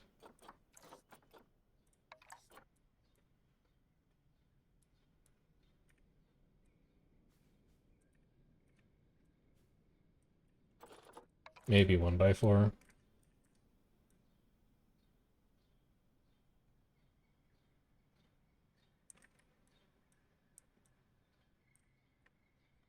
You also have a gap in you. I'll slide this over and do that. Get the color right first. Duplicate this.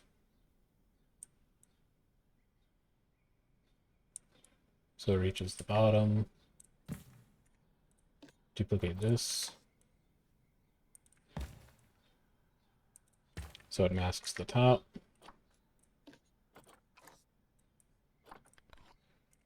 Painted square. We can start putting in all of our normal trim pieces now.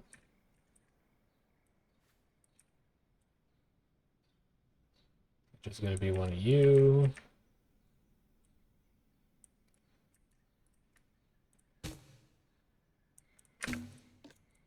And a darker wood. Something like that.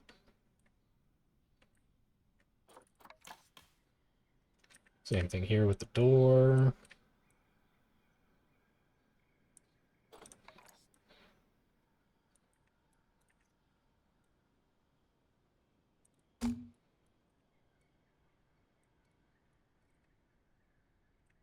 I want it to be slightly in front of the breeze block.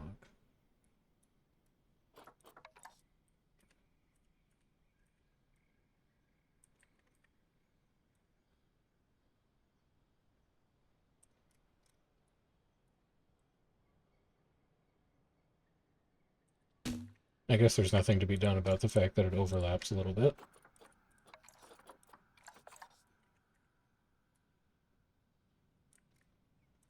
Maybe I can push you further, actually.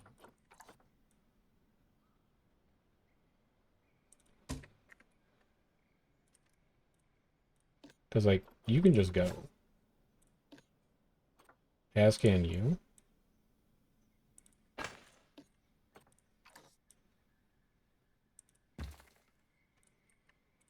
And then you can move over a little bit.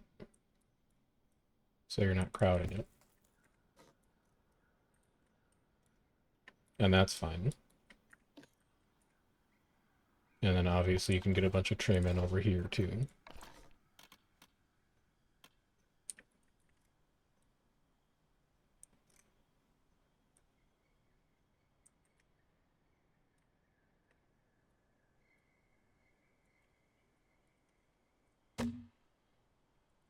This plaster also needs to get painted.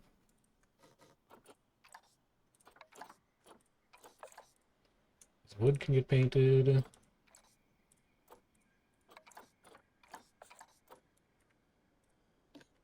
We can duplicate this wood. Have it act as the trim at the top.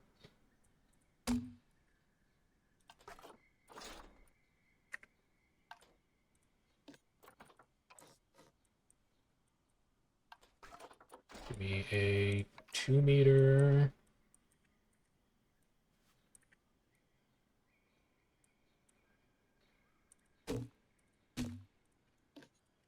It'll be the trim on the side. And then we're going to copy this over to a lot of places.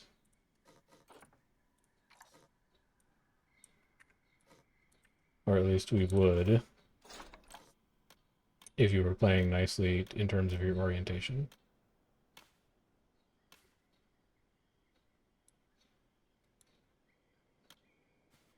I feel like you're not rotated right. You're not rotated right. I need you to snap onto something that has correct rotation. Like that. I don't know what you snap to, but it's correct, so we're going to use it. So you go like this. And now, because we've never rotated this thing, it should be compliant when we try to duplicate an advanced move. It is not. It must have adopted the rotation from whatever we grabbed it from, so we'll just go like this instead.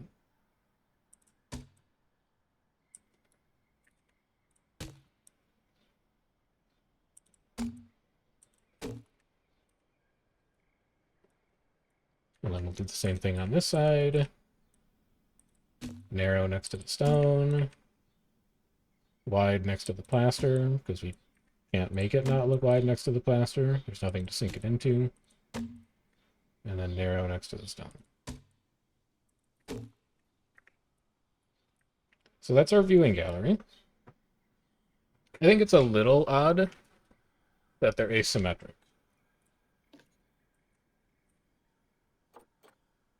And I wonder if I can fix that without causing all kinds of calamity.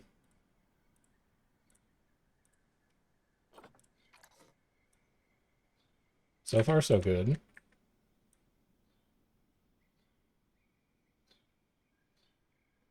That looks fairly symmetric. And then you just need to move over a little bit. And you were already fine. So Sandcat viewing gallery. In good shape.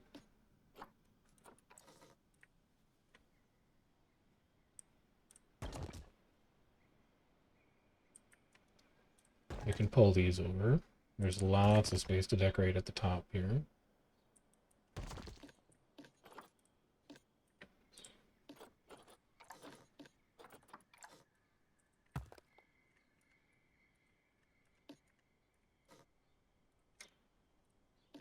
You also need to come up a little bit. Cover off that gap. You need to come up a little bit, cover off this gap.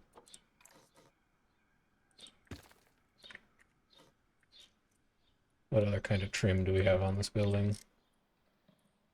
You have a beam square painted running along the bottom.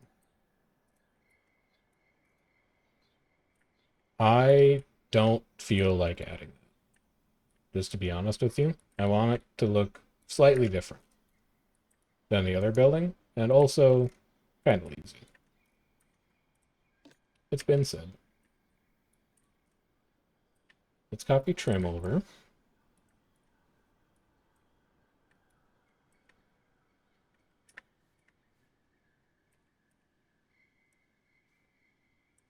We're going to hope that we can line this up relatively easily. Otherwise, we're going to have to rebuild in place, and that's going to be annoying. We're also going to have the rare double trim opportunity here.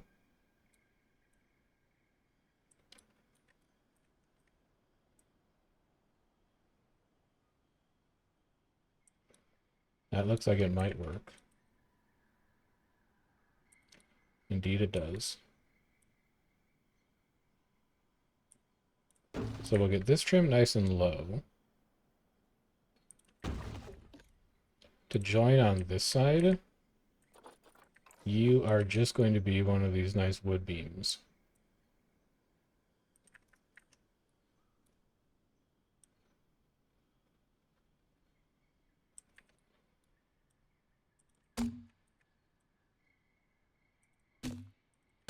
I think that's the best way for that join to look cohesive. Then we're going to duplicate you and pull you up. We want the bottom to just barely cover so that the top just barely sticks up.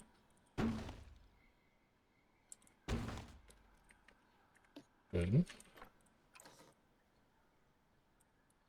This needs to come up a little bit.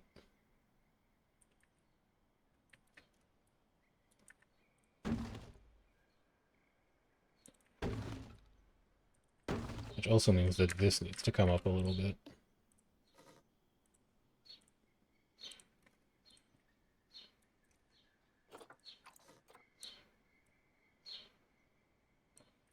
Like that.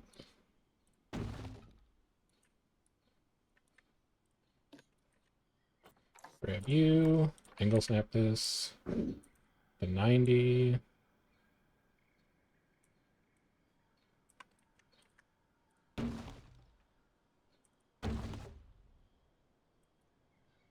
Angle snap you again. Want you just barely not poking out of that stone, I guess. You actually need to get raised up, and I'm not sure why you're not. But we'll continue sliding this along till you join here.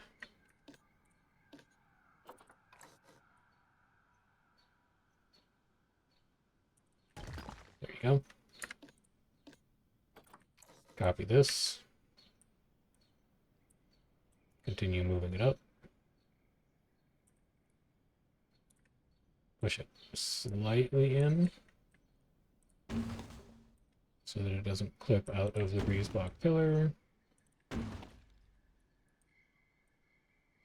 Rotate you around here.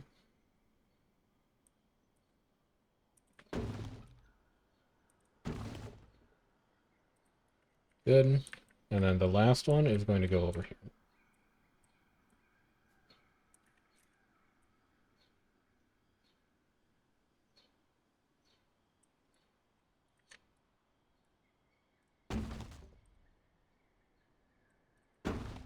Good. And then we'll just need a little piece of plaster here to make that join smooth.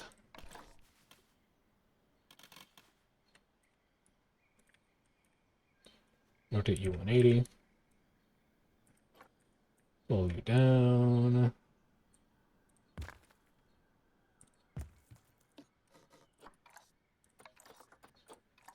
Get you to be the right color.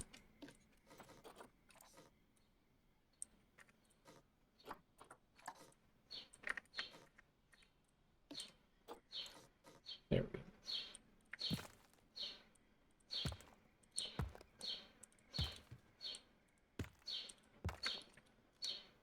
All right.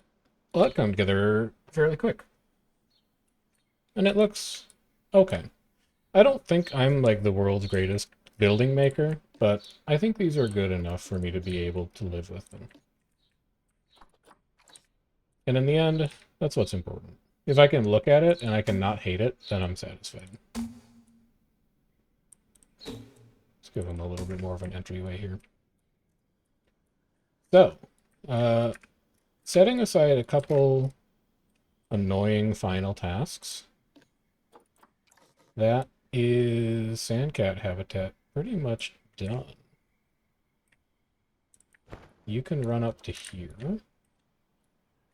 This pillar, we can just extend all the way out so that you join in like that.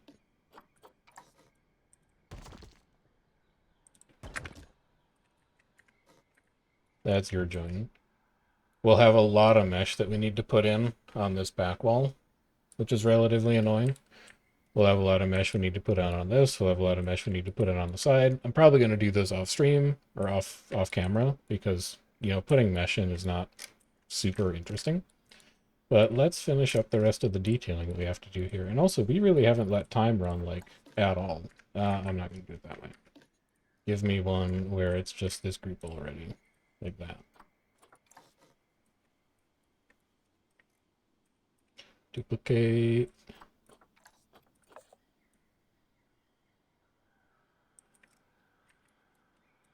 Slide it in so it's just barely flush against the wall. You've almost got it. I think that's it.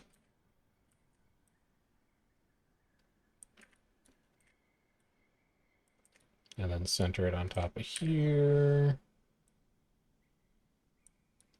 Pull it out a bit. One viewing canopy.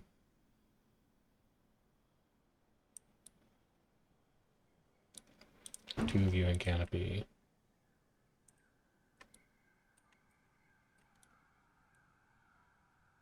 Three viewing canopy.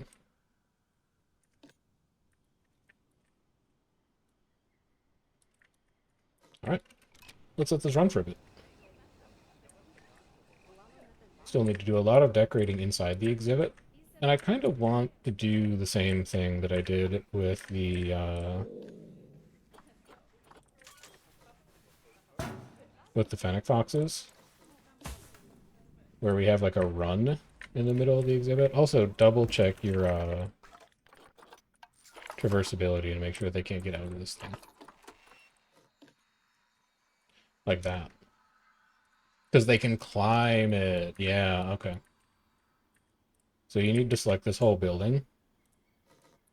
In particular, all of the wood elements, and you need to say that it is no climb. And that should fix it. No? What, can they jump it? Oh, I bet they can jump it, because they're good jumpers. In that case, I think you would take these.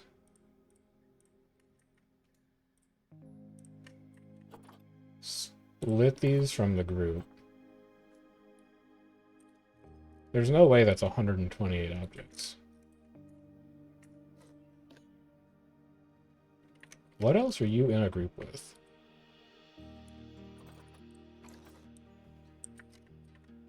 This is not 128 objects, it's like 6. But I don't know what else you would really be in a group with.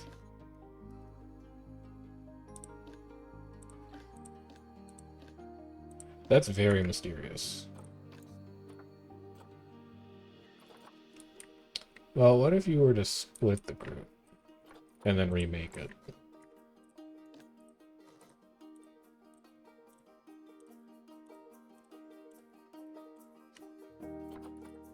Because you should really just be 11.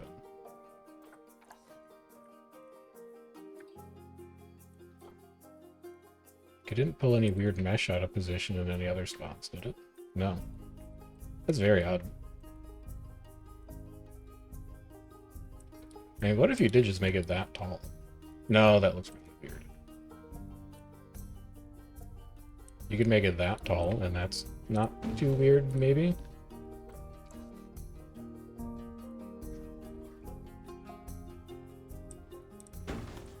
I don't really know what I'm doing anymore. No, that looks odd.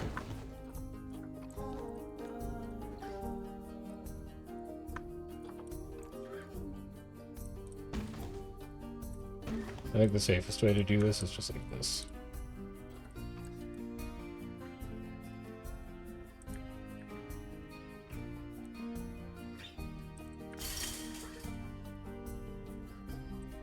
Because this also makes the mesh work at the end really easy.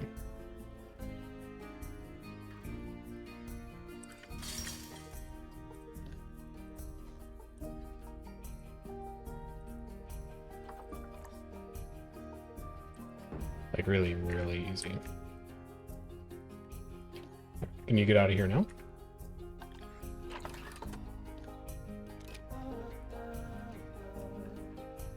Still yes. Oh, it's a barrier problem. Duh. So we probably didn't even have to move the ball that high in the first place.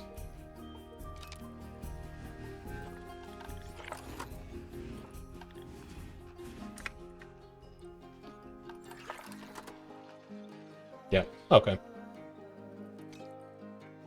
Good, good, good. Don't love that. Might need to think about a way to change that. That isn't just even more fake rocks, but maybe it is just more fake rocks. You can never go wrong with fake rocks. Alright, so down the middle of this, let's make them a little run. Give me big flat piece. Give me random rotation. Sink it down into the ground. Sandcats should be fairly good climbers. So I don't think we have to worry about making this too flush to the ground.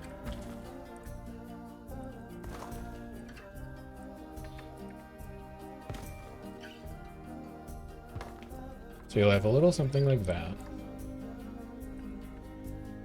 And we'll start adding some taller rocks on top of it. These aren't very flat.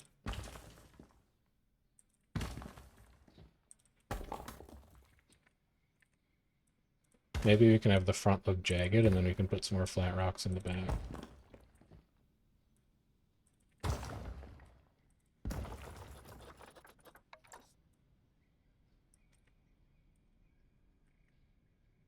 I think that's just almost a little too big.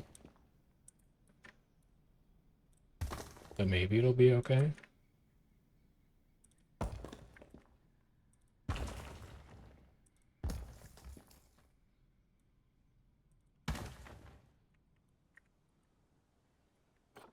And then at the very back, I want a narrow row of rocks that are taller still.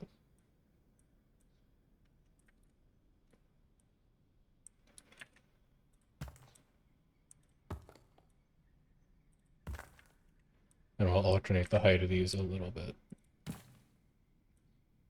Your visual interest.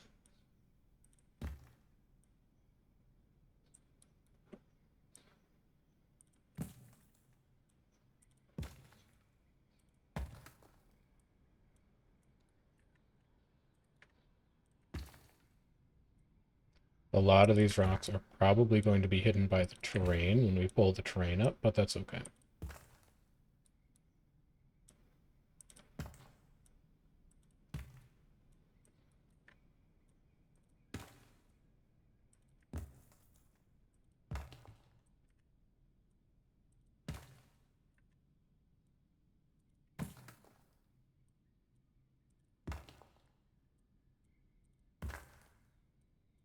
And then we'll just have them almost like step down around this corner. Almost looks like a set of natural stairs. So let's take these barriers out, because otherwise we're not going to be able to manipulate the terrain.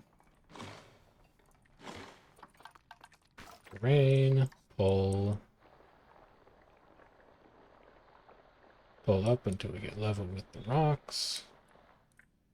Make it look like this is a sand dune in the back. It's just kind of flowing through these cracks.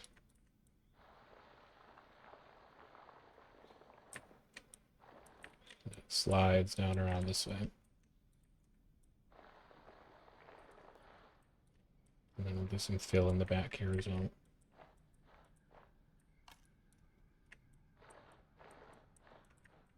I actually want to try something here. I want to see if I can make one something that actually looks like it's a rock staircase. So give me this desert rock cladding. Turn random rotation off. I want just the front edge to be visible. And I'm going to pull it slightly back. Slightly up. Slightly back. Slightly up. Slightly back. Slightly up. It's kind of giving me what I want. A little bit.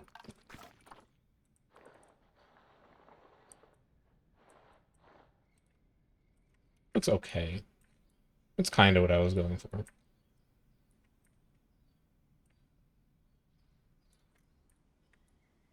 It is a lot of rock, though. What if I get rid of these?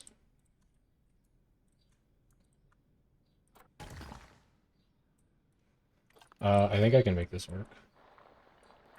Let's infill with sand. So it just starts to hide the stuff behind it.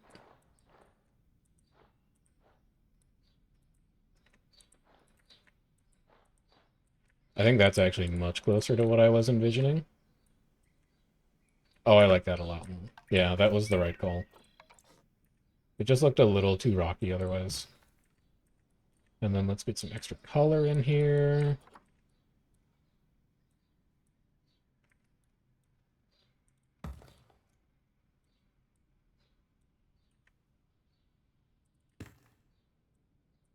This is going to be still one of the more arid sections of the zoo.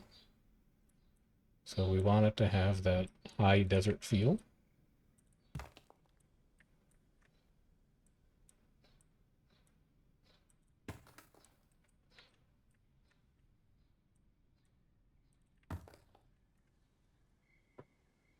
And then we need to get some plants in here. And we need to make sure that this is the right terrain for them. There's so much rock over here still. Terrain. You have none hard shelter, you'll be fine. Just calculate it.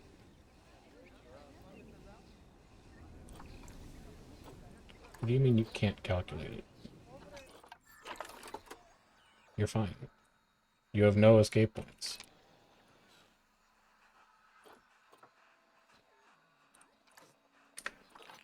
I'm gonna try... Oh, I didn't put the other barrier in, that's why. Obviously. I took it out to do my terrain work and I never put it back in.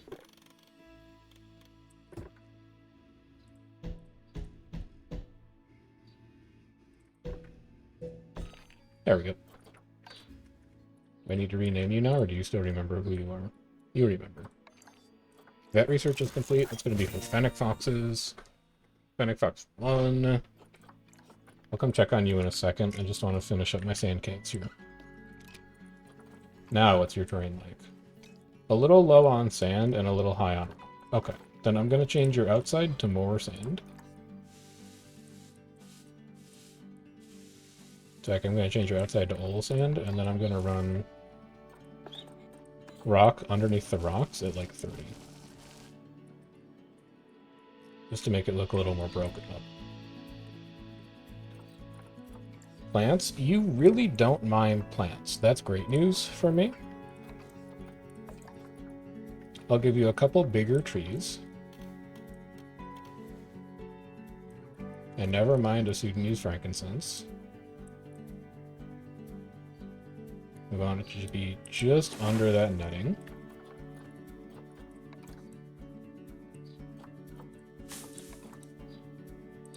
Give it some nitraria underneath it. Maybe a patch of grass over here as well.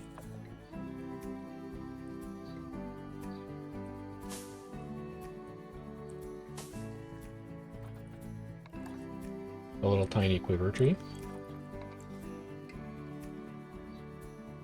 I think putting these at the corners of some of the rock outcrops is fun.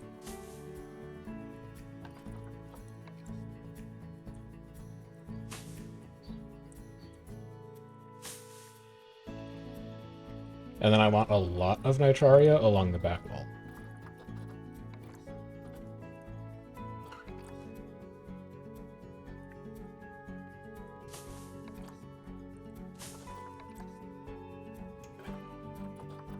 Random rotate me.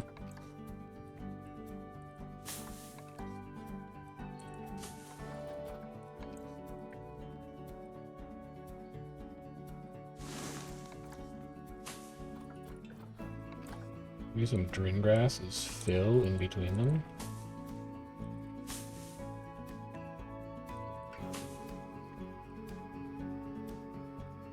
It's not exactly like, well, maybe it is kind of lush. I don't know. I just wanted to make some plants. Have the salt cedar here. Because this is going to start to lead into one of the other sections of the zoo.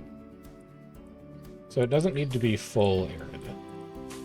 I definitely want the oryx and the addax to look like they're middle of the desert, super arid, because that's kind of where they live.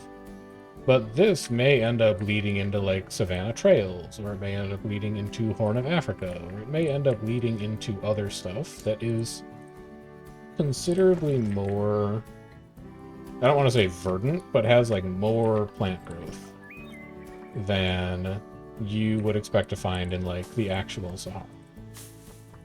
So if we want that to be a bit of a transition zone, then we can start to add some more plants to these sections of the zoo that are going to be boundary zones between those two areas. We'll just get even more stuff into the corners here. Spots would be a little more shaded, probably.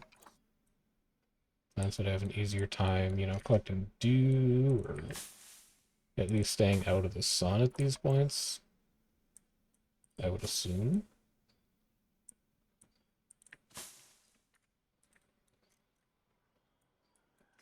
And then maybe just like a couple little bushes around here. I want to draw guest attention to the fact that it's like, oh, there's a little staircase over there. I wonder if that's man-made or if nature made that. We'll never know.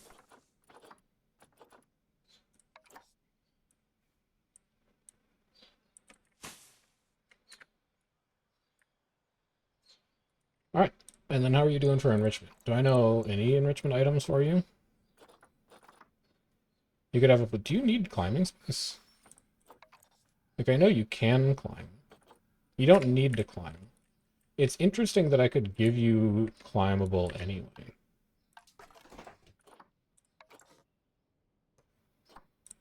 And just because I can, maybe I do.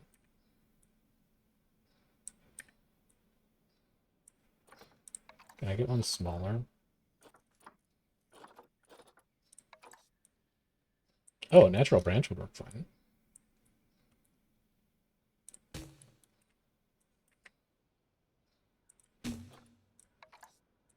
And then 4-meter thin climbable log. Set it between the two.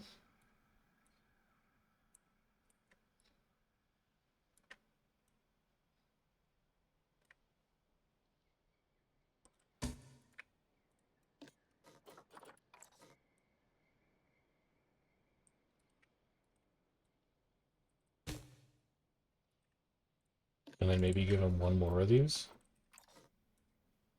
That leads like back here.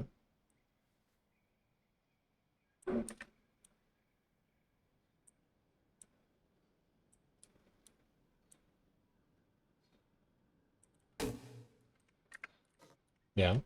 They've just got like a little bit of climbing that they can do. Let's rotate this so it doesn't look exactly the same. So they can go for a little wander on some sticks if they want to. That'll be fun enrichment for you. And then I'll also get you your block of ice. Block of ice can go up here.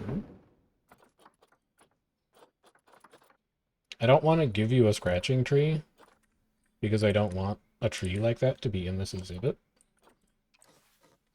But I can give you your little water dish up here. Maybe back by these plants. And it's going to deform terrain there. But it's not going to deform terrain in a way that I hate, so I'm not going to use the path trick there. I think it's fine. Your little plate of meat over here is good. You might stick your burrow over here, though.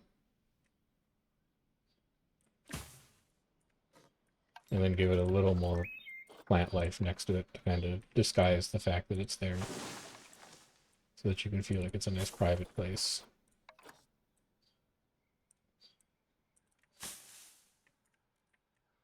There we go. So that's Sandcat.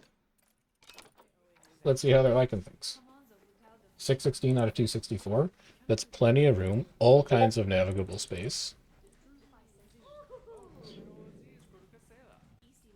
We do need to wait for some more enrichment to come in.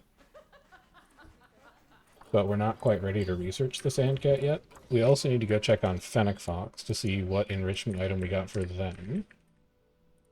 What are you guys working with over here? You have gotten the sprinkler. I can give you a sprinkler.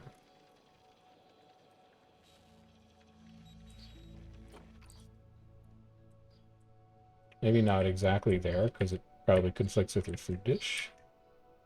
But how about like up here?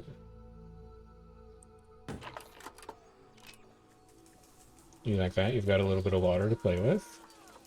Slowly getting enrichment in for you. And then we also need to set up education. So grab one of your boards.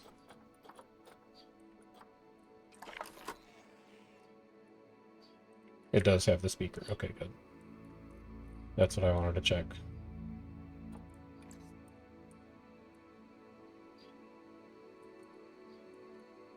You actually could fit the boards here.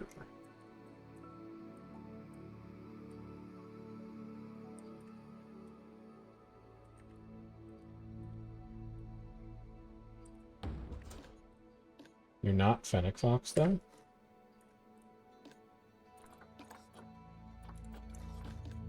You are... Can I just edit you?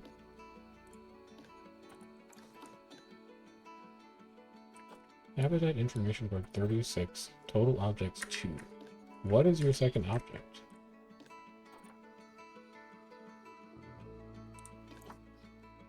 I'm so confused. I just want to select your parameters. What if I split you from your group? Still total objects too. What's going on with Planet Zoo today? This worked just fine before. It's just you.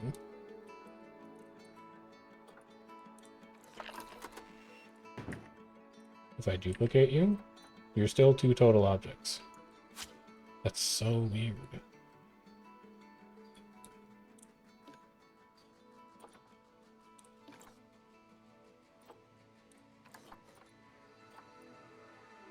It also says you're 3 objects when you should be 4.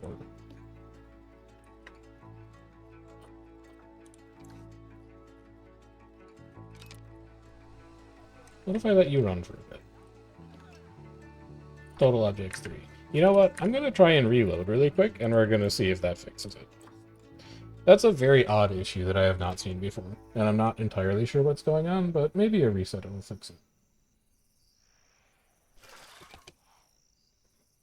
Alright, back to franchise. Back to Empirical Sahara. Let's see how this goes.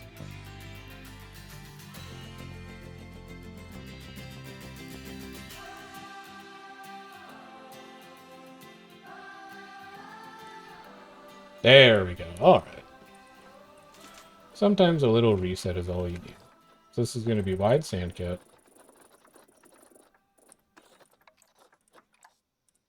Also, is it still a group? No. Let's make it back into a group. Educational content, sandcat. Educational content, sandcat. Slide you down until everything's hidden. And then move you down a little bit more. Duplicate you. You'll go here. You actually don't need this speaker, because this speaker is going to be able to do all of the coverage. Let's go double check that we have the right range set on it. Yeah, that'll do. Although maybe you do want to put it on the one that's further away. So pull you up. Delete speaker from you. Pull you back down. Set range on you.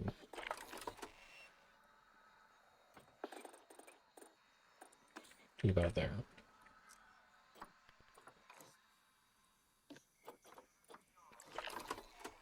Move you down. So that you roughly line up with your friend. Oh, move you back.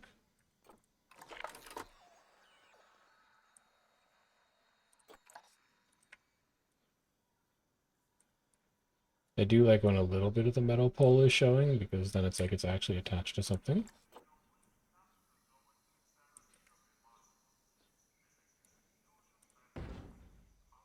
And also I can click on the little nub in the back if I need it. So now we're going to duplicate you.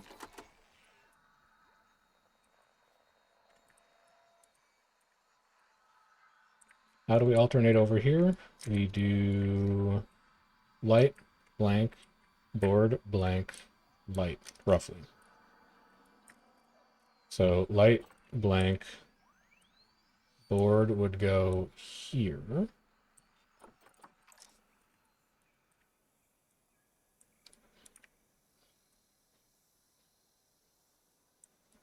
Approximately.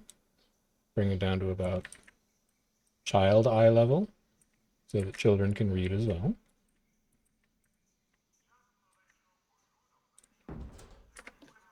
And then check the radius on that for the speaker. It conflicts inside the habitat, that's fine. Blank, just a light, blank, speaker. No, we're going to change this one up. We're going to go blank, blank here, and then blank, blank here. Because then we can get 3 boards in.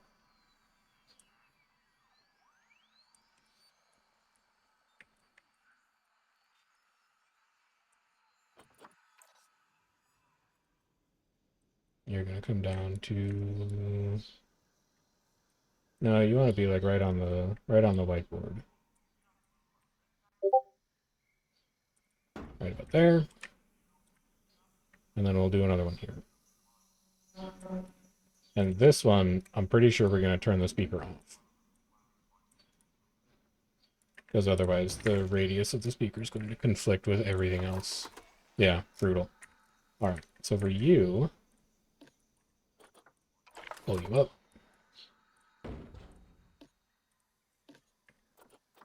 Delete you. Move you back down. There's still overlap. Alright, I'll take you down to 10.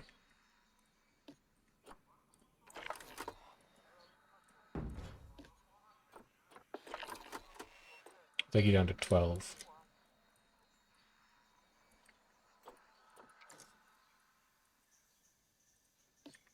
And I'll move you back down. We are going to need correctly painted donation bins.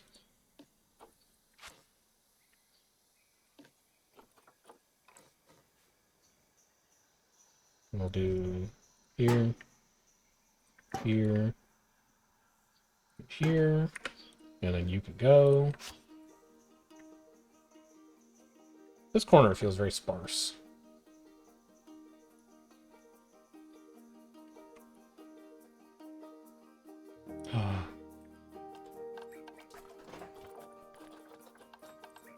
We could fit a small animal exhibit in here.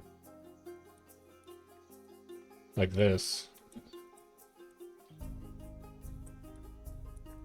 And we could have it just barely poking through this wall.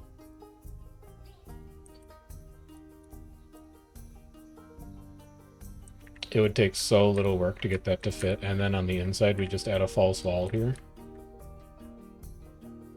This could be where the sacred scarab beetle goes.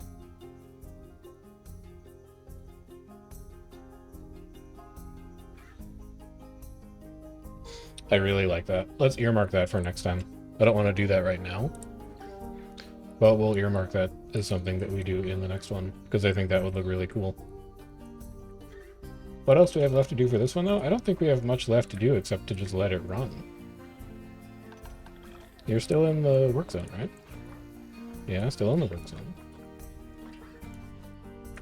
One of the things that we could do, since we have 26k, is we've wanted to get information stalls into this plaza since forever. And we've just never... We should also put down some ATMs. We should get a couple ATMs down, because that will help our visitors keep a bit more cash on them. And then we should also get some information services down over here.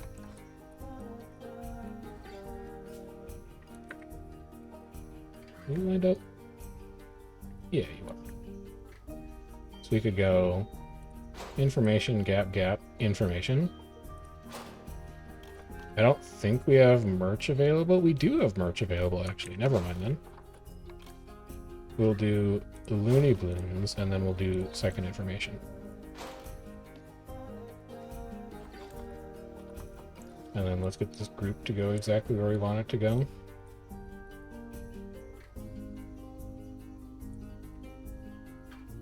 So we'll have like a little souvenir stall over here, along with maps and stuff that guests can buy. Were those employees real or not? I can never remember. Yes, they were. So we need to add this to Entrance Plaza guest services then. We'll add those 3, and then for staff, Information Center 3, your Entrance Plaza guest services. Information Center 1, guest services. Your guest services, because I do want 1 spare, and then your guest services. We'll worry about decorating that later. Not something we have to do right now. We're good over here. You could actually get your second restroom over here. How many people did you have use it? Only 5? Maybe you only need 1 over there then. You might not need more. Our Oryx herd appears to be getting very big. Do we need to do maintenance on any of these animals? You have a lot of Adaxes, man. How many were you aiming for? I think you were aiming for 8, and you have 8. So after these two give birth, I think we're going contraceptives. We need to let that wind down for a bit. Dromedary camels at 5 looks okay. I think I could afford to have 1 more. Fennec Foxes at 6. I think you two are in quarantine. You can go in there.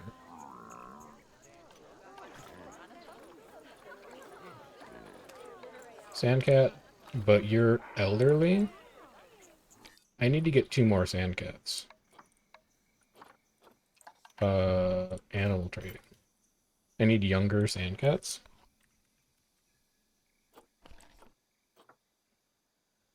.2 and 1.3. I have the conservation credits to spend on that. Sure.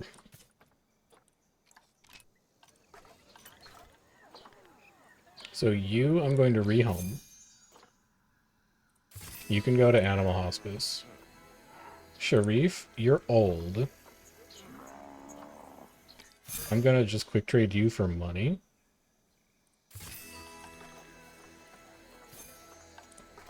And then let's grab our new sandcats. And get them into quarantine so that we can get them into their exhibit.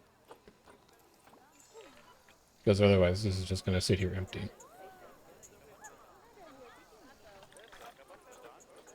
And then the Scimitar Horned Oryx. Yeah, that's a lot. You're going on contraceptives, and we'll trade some of these out. In fact, I think you need to get traded now.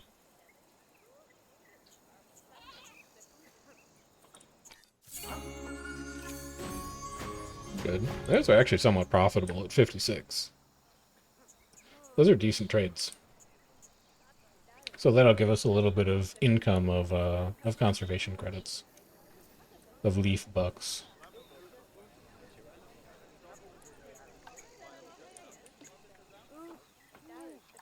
These, let's just line them up.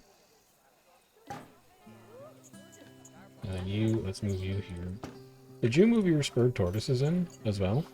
Or are they still in quarantine? They're still in quarantine. Let's get you into your new house.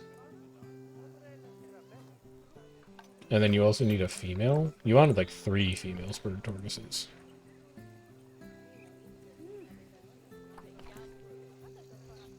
You can get 2. I'll take it.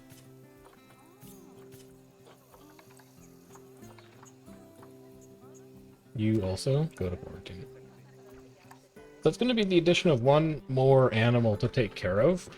We may need to think about getting another keeper. Not positive. I don't have anything to claim. That's fine. So what do you need? You need hard shelter. That sucks. I don't really have a great way to give you hard shelter right now. You need more short grass. And you need way less rock. Let's go sand, intensity 100. To get the rock out of the way. Did not want that to be at 100. Put it at like 40.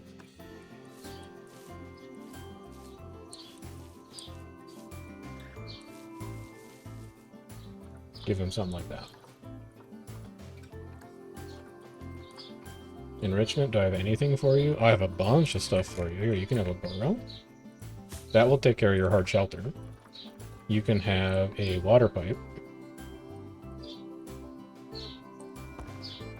And then you can have a small food trough. And then you can also have a sprinkler. So that's not going to keep you super happy, but it'll keep you happy enough until we rework that habitat next time. So as far as next time goes, because I think this one is winding down even though we're in May. Next time around, I'm going to put a exhibit animal into the side of this Fennec Fox habitat. We are going to spruce up the spurred tortoise.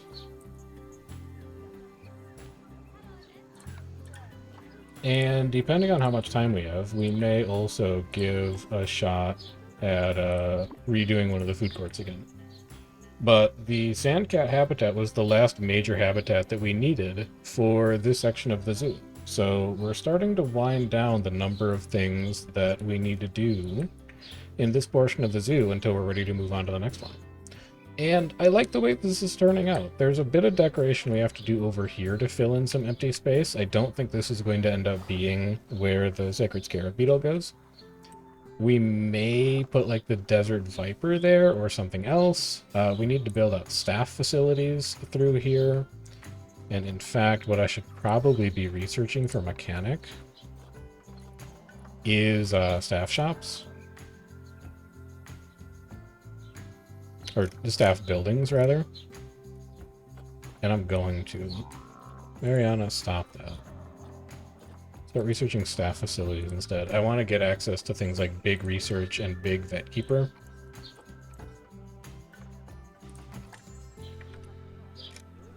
Just to help us build out the center of the zoo here. But after that, we'll be done with this portion of the zoo. And we'll be ready to move on to the next one. So there are a couple ways that could go. Give me position, snap, and rotation here.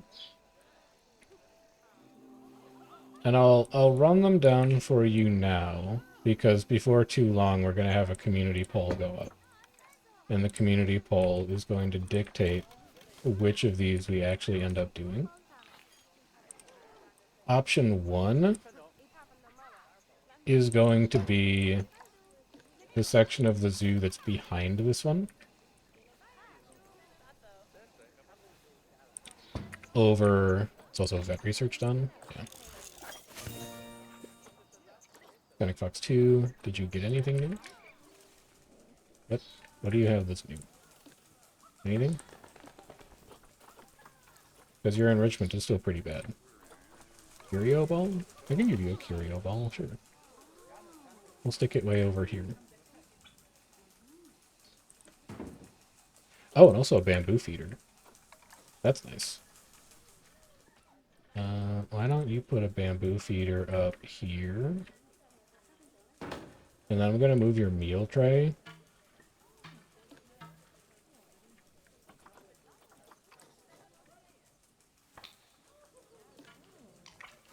I'm going to move your meal tray inside.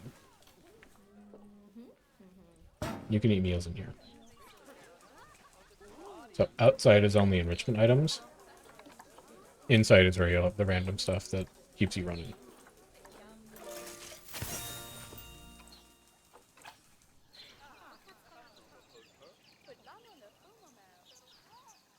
So like I was saying, this section of the zoo out here, I think it's probably going to be savanna trails. It's going to be connecting set of grass, or a connecting set of path that comes around like this.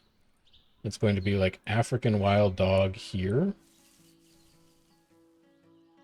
Maybe like a small African crested porcupine here, and everything else is going to be elephant all the way through here. Elephant all the way along here. Wild dog may need to get a little bigger too, but you know, we'll scaffold some of that out. So that would be arid trails. Out this way would be Kalahari and Namib Desert. That would be the Gemsbok, it would be the cheetah, it would be a couple other animals. What else was going out in that section? Desert, Africa. I think that was also going to be the black rhino. Yep, that's also black rhino. So black rhino would be like centerpiece animal out here. And then all the way around this corner, I think is where we do Horn of Africa. Because I think I could have a really cool Hamadryas baboon exhibit set up against this sand dune. Because they really like these big rocky areas. So I guess if we wanted to do Horn of Africa next, I could run Horn of Africa out like through this way and end in Hamadryas Baboon, it would probably end up looking a little something like this. And then we would save this area in the middle for Kalahari Namib. And I think those were the 4 major sections. Let me double check my notes. Saharan Sands, done. That's what we've got here. Horn Highlands. That's what we would have around this way. Namib Kalahari. That would be along through here. And then dry savanna trails would be out here. And then also like a section for this spot right here, I'm flagging for African penguin. So we'll have African penguin next to the food court here. But that's going to be the 4 main sections of the zoo. And after we do the episode next time, where we finish up the spurred tortoise habitat and we begin doing final decoration and polish on a lot of these areas, I'll be going ahead and putting up a community poll to figure out which section of the zoo you would like us to work on next. So keep an eye out for that.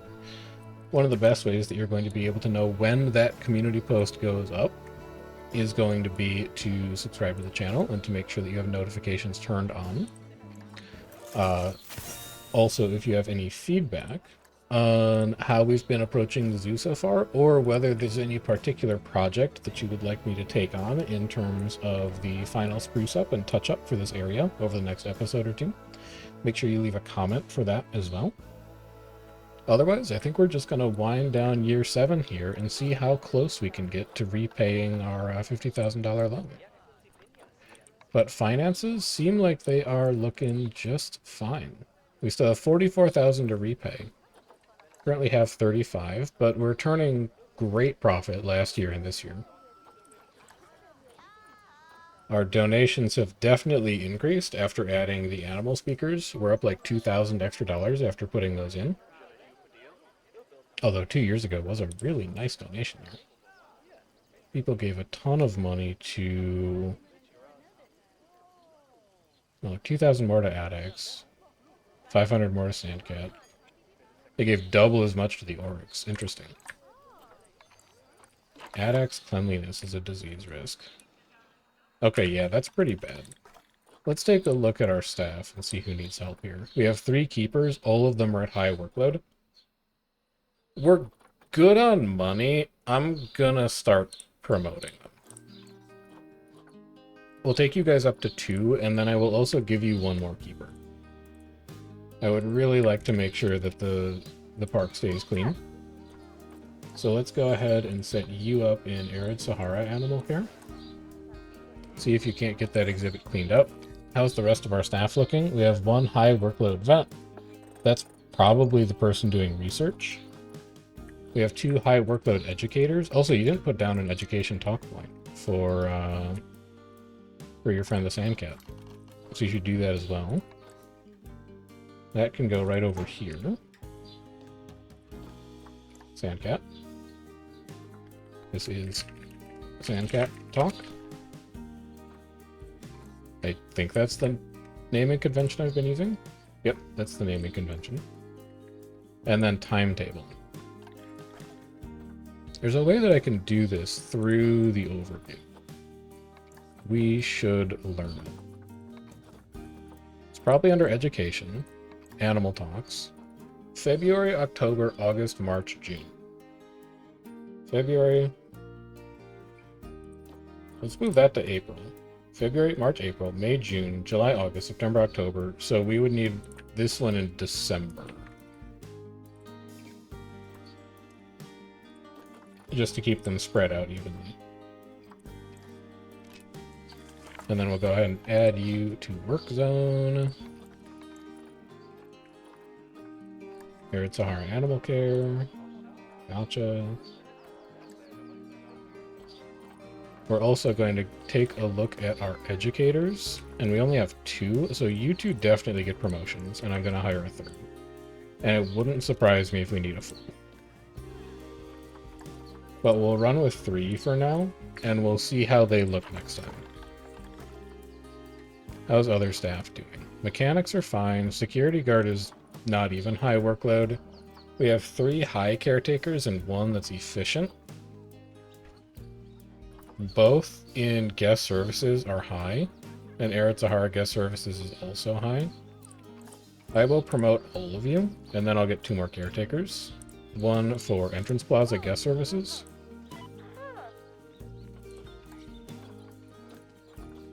And then one for Arid Sahara guest services.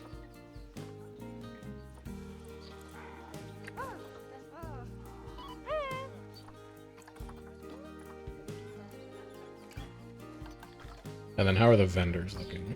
I think that's last. Vendors are looking okay. We have a bunch that are high workload, but we also have a bunch that are low workload. And they're high and low workload in the same zone. So I think vendors are probably doing all right. Now, we did just add 5 staff, and we only have 2 staff rooms. So we're probably going to need to build a few more of those next time. And it's why I want to upgrade to the big staff rooms with that research. Keep working through Fennec Fox. Did you get anything new with that one that we want to put down? A Skittle feeder? Sure. You don't have a feeder over here yet, so I can give you a feeder there. And then you also got blood scent markers. So I want to use these to pull you to interesting areas in the habitat. We're going to have to use Path Trick for these, though.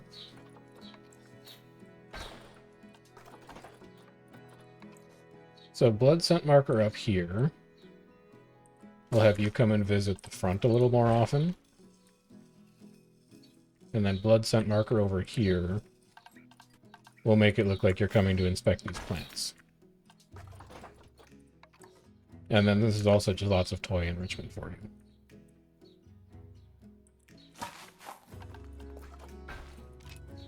So that's most of your enrichment. You may need 1 more toy, depending on how many baby Fennec Foxes we have born. Also, maybe you could turn up meal quality at this point. It's just a lot of random zoo maintenance tasks that we've kind of been ignoring. It's only an extra 100. I can do that. That's an extra 70. I can do that. It's an extra, like, 40. I can do that, no problem. You're a carnivore. You're going to be... Oh, you're not actually that much more expensive. And I don't know how to give you better food. Alright. I won't know how to give you better food either. I can at least give you grade 2. So I'm curious to see how badly this tanks our budget. We have decided to spend a lot of extra money here. And granted, we've put in a few extra shops that might turn a little bit of extra money. Although they're all understaffed right now. Where are my vendors? Hello?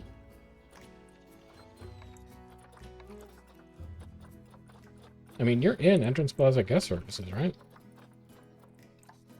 You are. Also add these ATMs to that as well. You are there. Maybe it's just a long walk for the vendors. But I would really like somebody to come and staff these things, please. It's a little conspicuous that all 3 of them have no staff right now and everything else is getting run.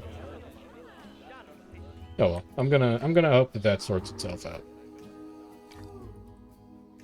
Check to see if the sandcats were related. Oh, it's catastrophic. All right, fix this immediately. You're on contraceptives. You, I need to release to the wild. It's a net loss of conservation credits. And now I need a male sandcat. And then that's the last thing we're going to be doing. Sandcat. Male sandcat. Let's just get one from Frontier Zoo, because then they're not related to anybody. Oh, it's 6 years old, though.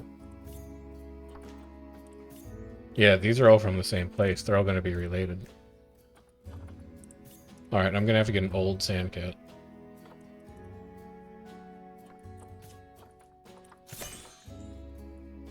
Sandcats, I think, are going to take a little bit of micromanagement to keep going.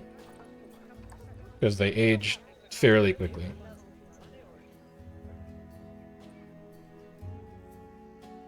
But that is December 31st. So that is where we are going to close out year 7, and that is where we are going to close out this year for the Arid Sahara section of Empirical Sahara. We have one more habitat and one more small animal exhibit to do. We have 2 more plazas to decorate, and we have 1 interior staff area to do.